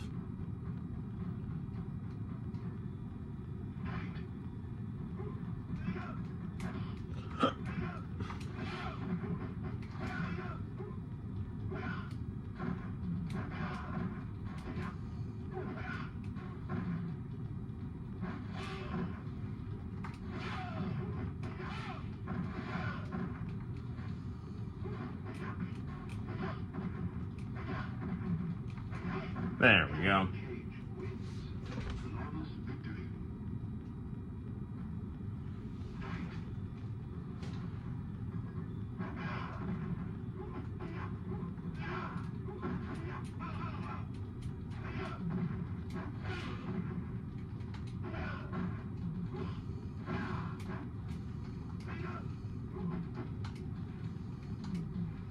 Yeah, two can play that game. 1, 2, 3. I made it through Python, so it's nothing really crazy, but I'm proud of it. Yeah, you should be, man. Yeah, I can't wait to see it.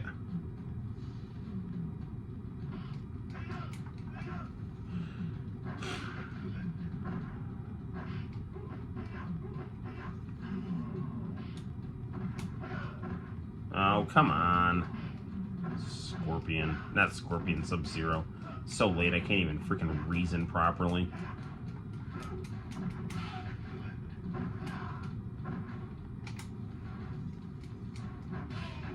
The thing with, like, Mortal Kombat is, like, at a certain point, like, the computer doesn't care that what the setting is. Because Midway was just like, we'll just screw you to try to get quarters out of you, you know? The worst was Art of Fighting 2. That game was horrendous. In terms of its difficulty, it was actually a really good game, but difficulty-wise, it was just so insane.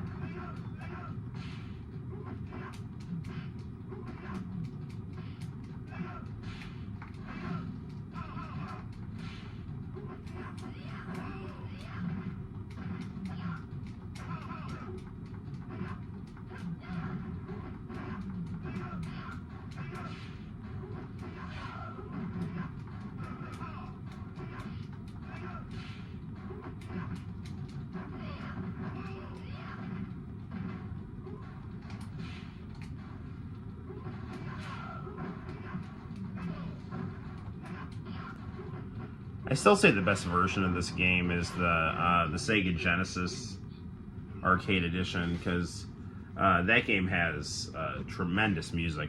The visuals on the arcade are so good, though, and they look so good on this monitor, too.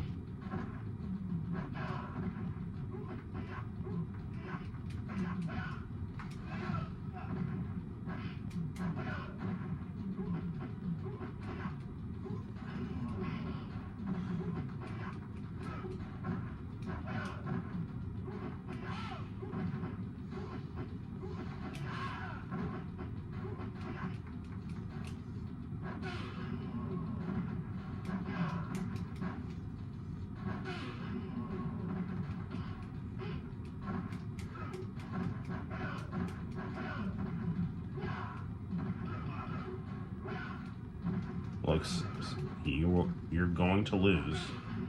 So let's just stop delaying the inevitable here.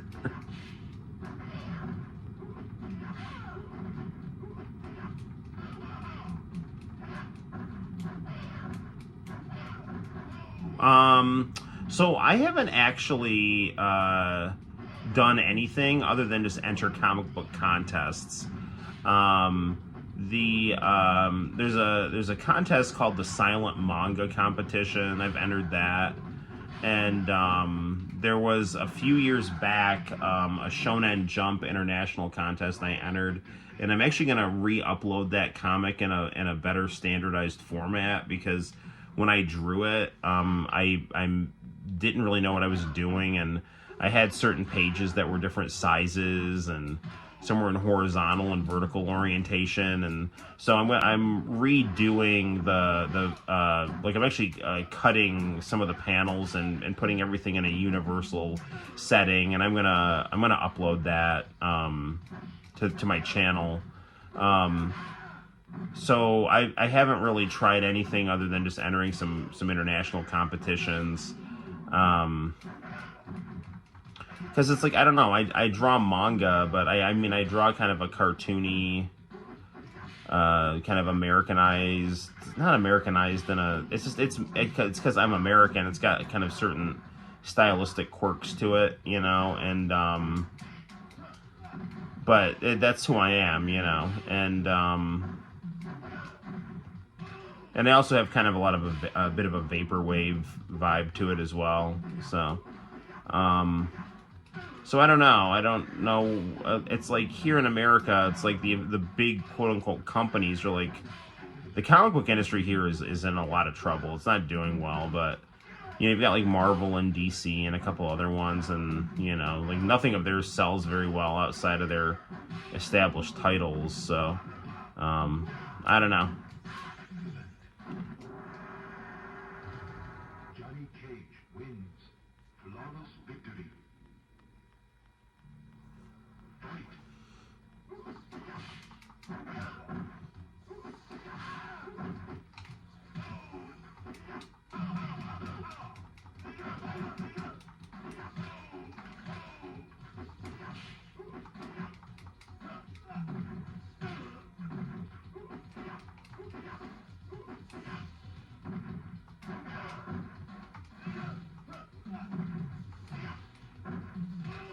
Oh, come on.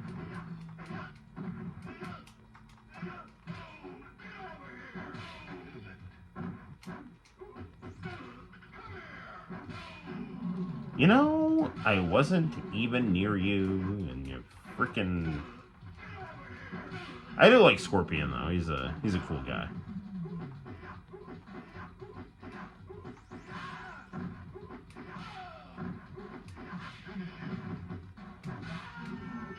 And I'm gonna take you for a ride.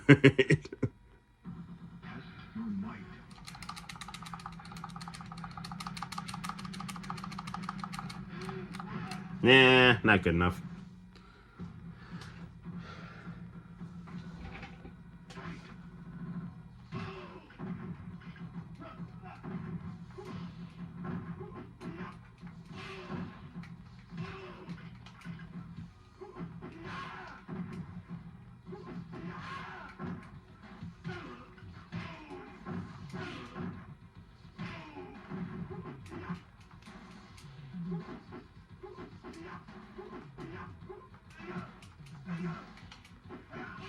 If no one here has heard the like 90s Mortal Kombat soundtrack, and I'm not talking about the one for the movie, I'm talking about like the one before the movie where it was like you had this like dance pop soundtrack based on the video game. Yeah, you need to listen to that because that's amazing.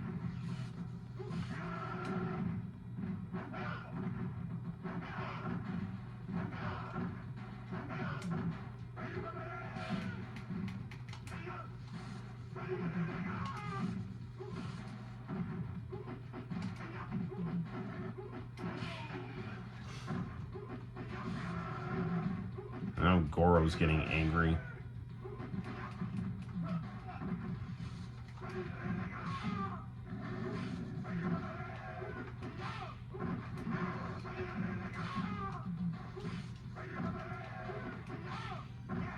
Well, that was an ordeal. Bada-bump bump.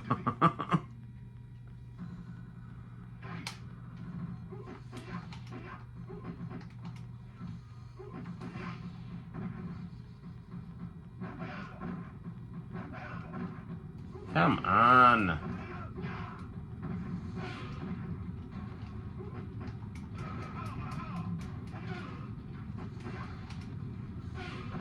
This is such BS, man. All I can say is it's a good thing I'm cheating. Really helps us go a lot more quickly.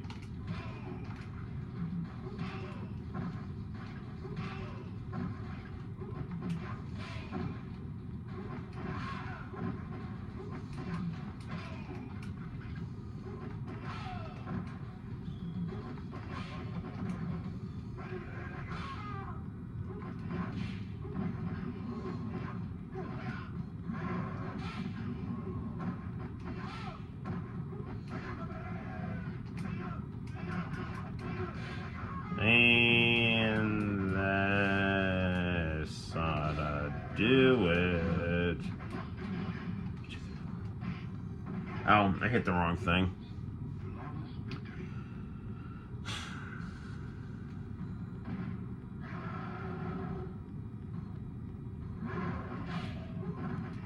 I've never seen that do that before, where it just realigned the characters on the screen.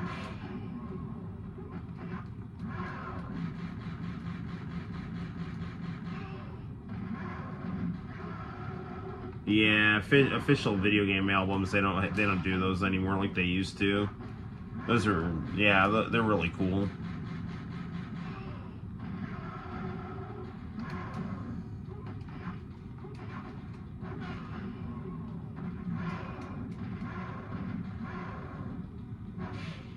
What's crazy is that the Goro model was apparently the size of a pencil.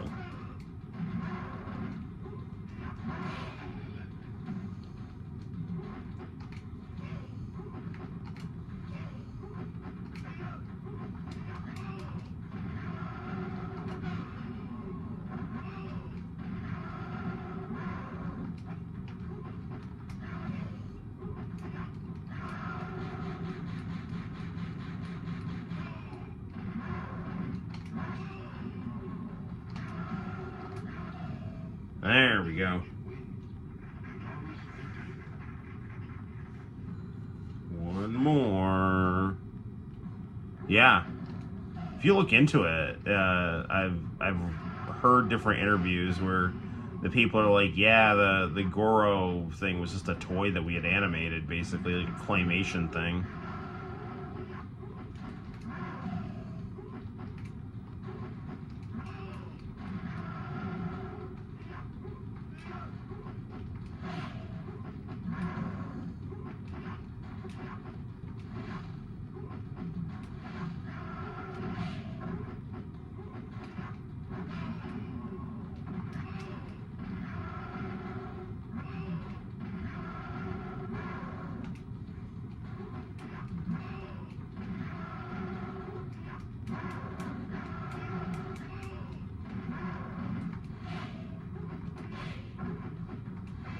There it is.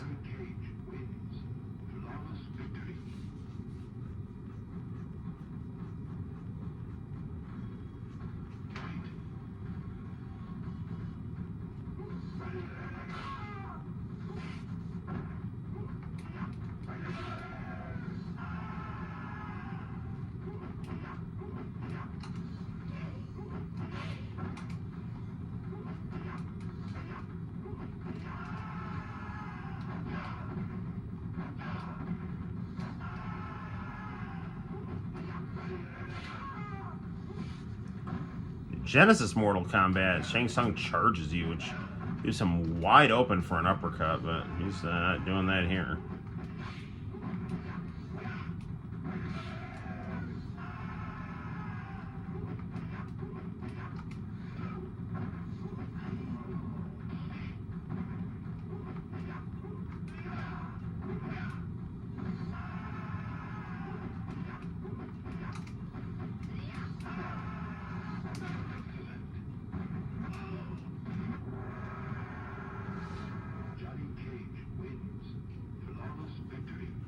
There we go.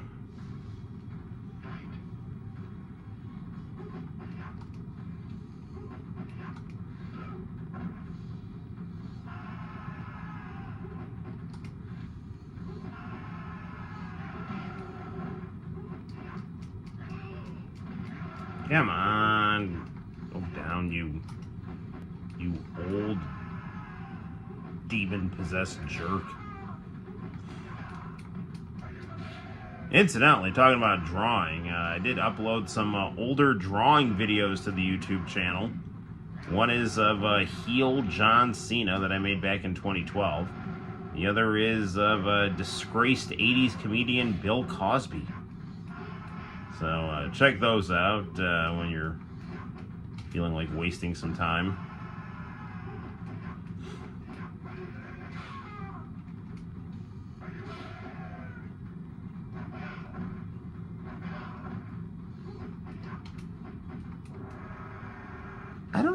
Oh, there we go. Yeah, I've never beaten Shang Tsung with a timed out victory.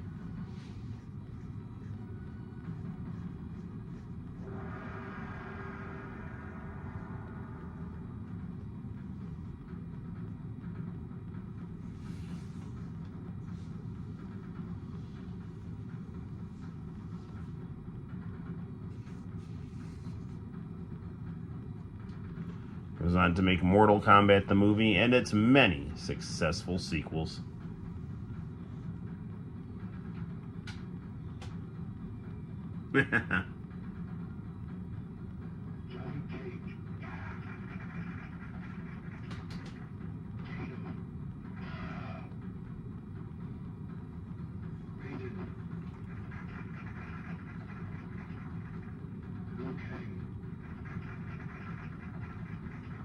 My life's nothing but a waste of time. No, it's not. You're always doing something constructive when you're watching the Noel ComiX YouTube channel.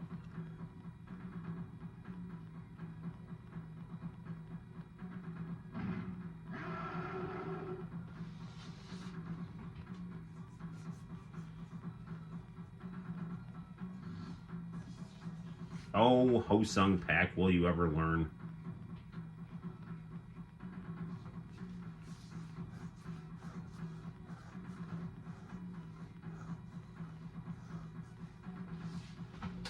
Toasty. Dan Forden.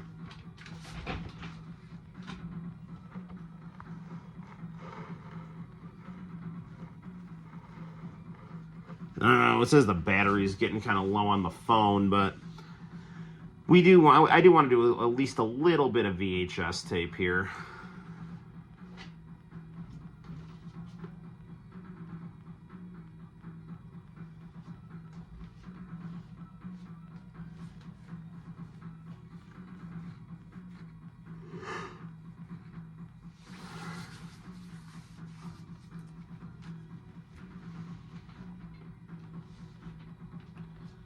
Oh, game over. There's a Fighters Megamix 2. What would my fan roster be? So, for the Sega, well, we'd have to definitely include, you know, get like Sonic and Tails and Knuckles in there. I mean, I would pretty much dump all the characters from Sonic the Fighters, Virtua Fighter 3, Fighting Vipers, Shenmue, like Ryo from Shenmue in there. Yeah, but maybe like some of the Yakuza guys. So, yeah, Fighters Megamix. We should play that on the channel. One of my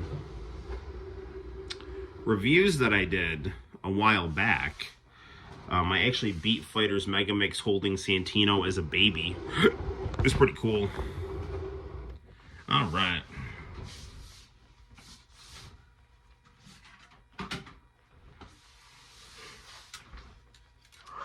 So, let's position our camera like so.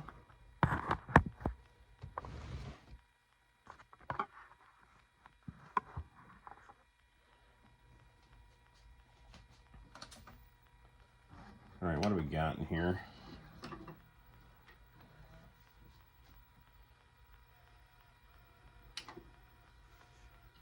Oh, we got Lensman.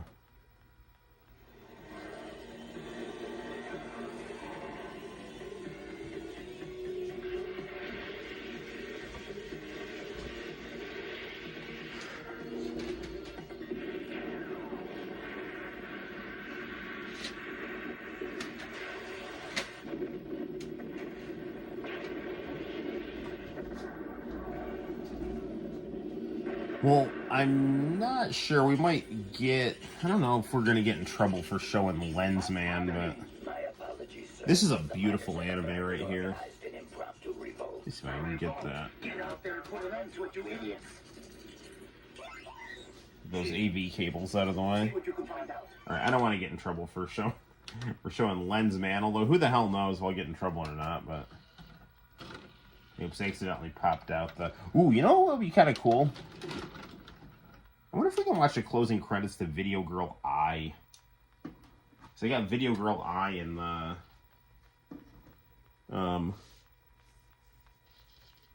You know she was kidding, right? About being in love with me? Look, I hope you're not hurt. Kidding? But she wasn't kidding. What do you say we work as a team and try and get you two together, huh? You're that Takashi dude, aren't you? Lensman? Okay, well, I don't know. Lensman, it's an official VHS. It's a really cool anime from it's a cool anime from the late 80s, early 90s. I just don't know how much of it I can show without getting in trouble here. I like the closing credits to Video Girl I. Check this out a little bit here.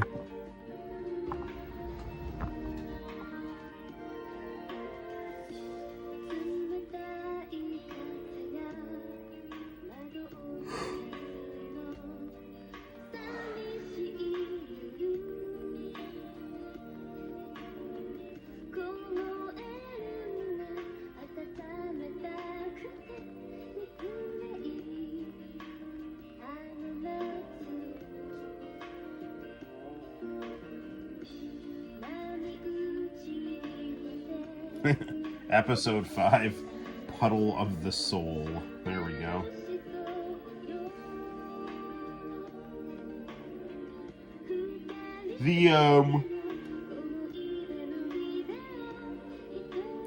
The mangaka who made this actually has a pretty good singing voice, and he sings that insert song that they play during the post-closing credits bonus. It's actually pretty cool.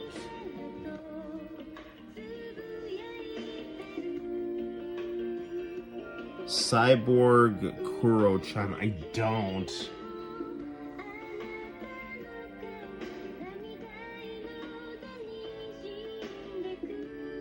I have, sorry, it's like 1 o'clock in the morning here. I have Cyborg 009 on DVD.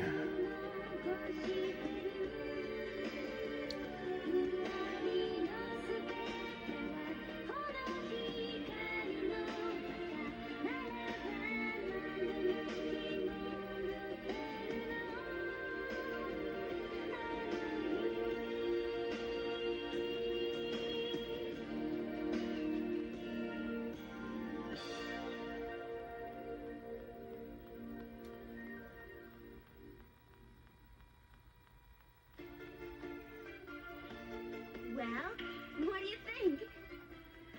Do you like it? Very much. All right! Over here. You alone? Yes. I'm on a date myself. What? That's not the kind of thing girls like, you know. When?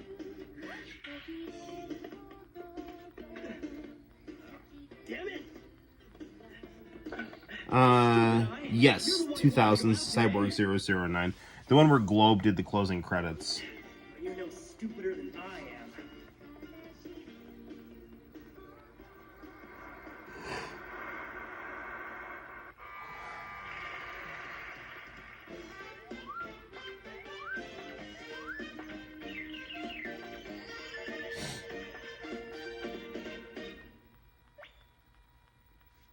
Why is it that... Okay, let's check out the... Yeah, here's the actual Lensman tape right here. Let's check out an international channel tape here.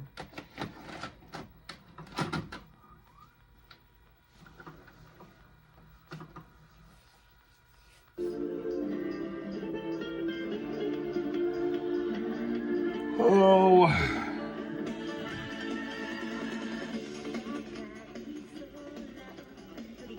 Normally we get in trouble for showing the Slayers, but I'm gonna live dangerously. We're gonna watch the opening credits to Slayers and see what happens here.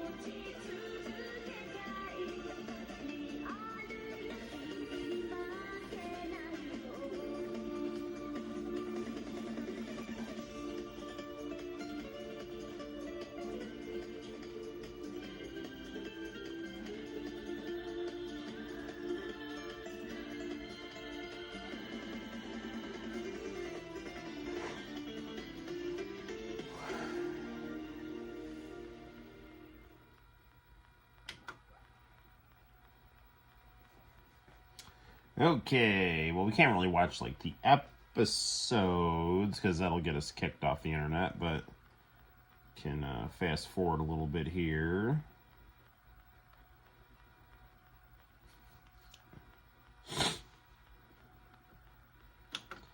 There.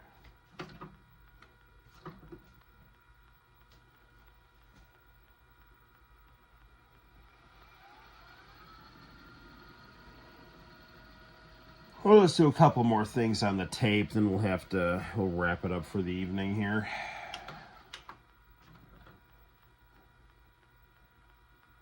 Still kind of hopping on that, huh? Well, you know, this little area right here is pretty warm, you know. Come on, hop in, pee wherever. I know you do that. You're not doing the job I asked you to do. I still see ice. That is a problem to look at. I love Aqua Teen Hunger Force. Something I need to say, you know. Ever since my son was never conceived because I never had consensual sex without money involved, I always sort of looked at you as, well, kind of a thing that I could, you know, live next to in accordance with state law. That's so sweet. You're trying to say that you love me. Hey, whoa, let's not put people on the spot here. Who are you taking to that freaking Super Bowl? Carl, your finger. Shake, what are you doing? I'm getting those other tickets to the Super Bowl. Maybe I'll take you, but I doubt it. Doc, you played your cards wrong. You backed the wrong pony. Why not just... Let's fast forward a little bit here.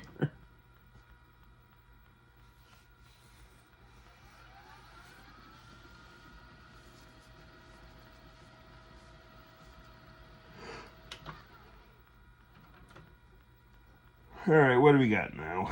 Shut that stench hole or I shall gag! Ghost Planet, how are you? Space Ghost, very good to see you. Ladies and gentlemen, it's great to be here. Good to see you. You too, Zorak. But, man, Ghost Planet, finally get to be on Ghost Planet. Balls are open, Holmes. I can't believe I got a... Sadly, the guy who did Space Ghost's voice just passed away.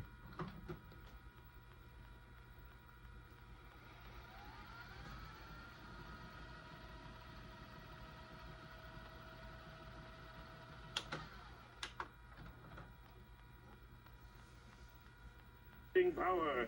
In the meantime, the Senin world must gather the talent of your world and raise them into capable Senin.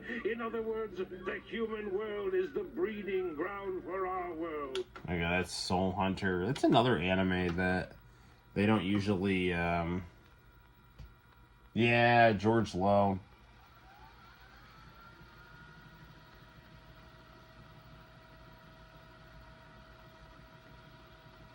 For whatever reason, yeah, Soul Hunter, they always bitch about, or they always get in trouble for showing Soul Hunter. What is this? I don't even remember this.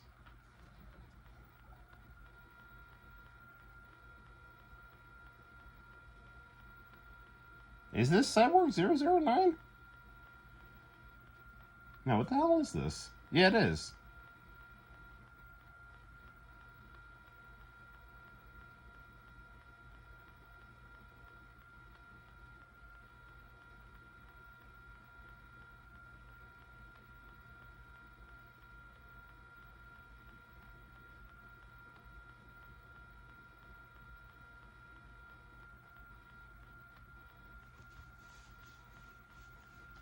I wonder why he didn't have the globe ending, though.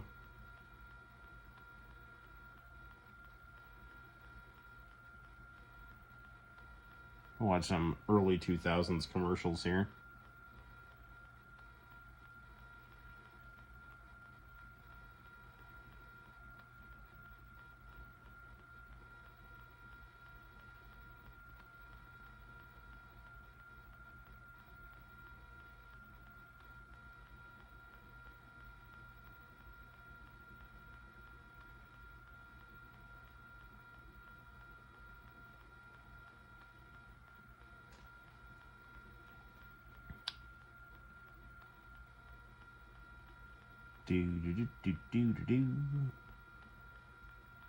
Oh no, this wasn't Cyborg 009.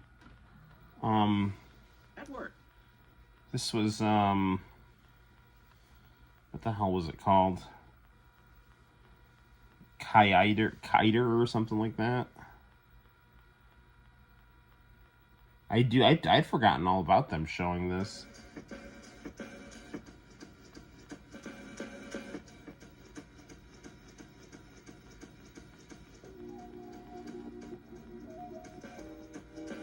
Kiter, okay.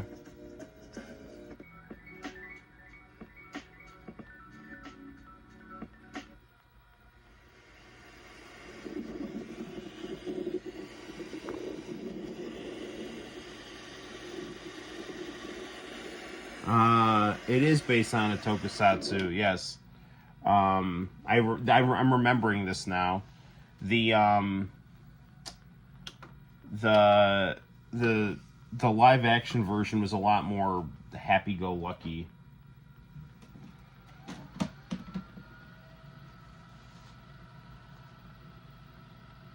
Do I have any Astro Boy tapes? I do have some Astro Boy on DVD.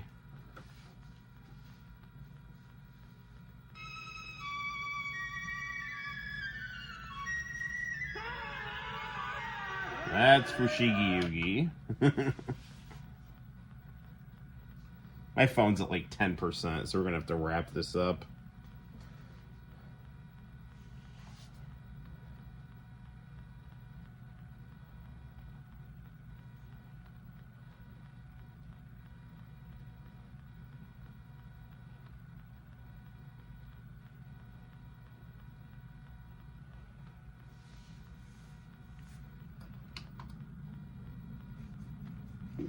High-speed cable internet takes you to every corner of the globe in a flash. Go around the world in seconds using the internet connection that's always on and brings you the world in a way that an ordinary telephone connection just can't deliver. You demand the highest standards. Yes, they did use a pretty cool art style. Channel is your source. You should expect the same first-class quality from your internet provider as well. Your friends at International Channel recommend high-speed cable internet because you'll be able to enjoy real-time CD quality music on your computer, streaming video, and internet access from almost any room in the house. And family members can use the phone even while you're on the computer. Keep in touch with your local community and those places you care about around the globe. Yes, high-speed internet sure beats the hell out of dial-up. And for a limited time, some local cable companies are making special offers to International Channel viewers. To find out if your company is on the list, go to www. I do have some Boba on tape, but not a lot. Today. Or call 1-888-565-5778 to find out how easy it is to connect with the world around you. Call now.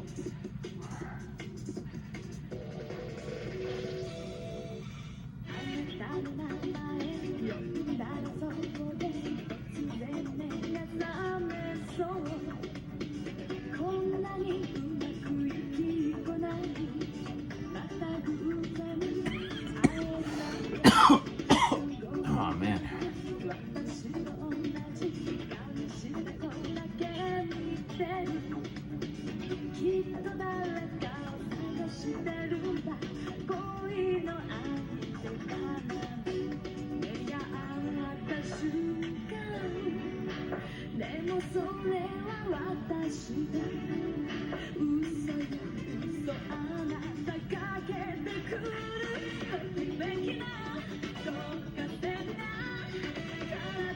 Said it before and I'll say it again. I really like it when they do closing credits like this, where they juxtapose the anime to the manga.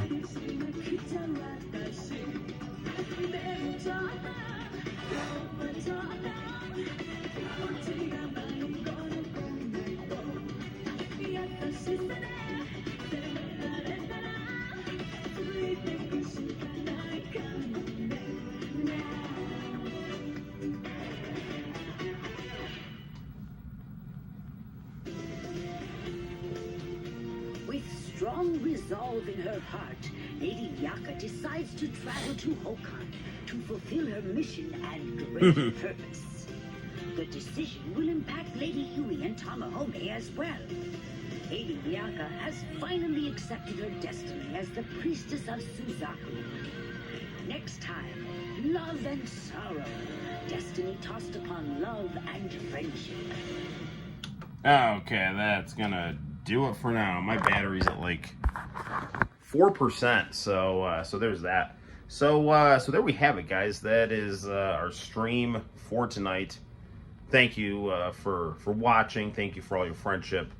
Thank you for all the comments. Hopefully you enjoyed you know what we're doing here. It's actually kind of crazy. I'm looking at myself on the big screen do this here. So that's kind of freaky. So so good times, good times. I'm getting distracted by looking at myself. So yeah, there we have it. Until next time, guys, my name is Noel. You take care. And no matter where in the world you are, thanks for stopping by. I'm going to go get some much-needed Z's because it is 1:30 in the morning. And I will see all of you in the very near future for more fun and excitement on the Noel ComiX YouTube channel. It's been fun for me too, yes? Take care, night-night, or have a good day, depending on your time zone. And see you soon. Bye-bye.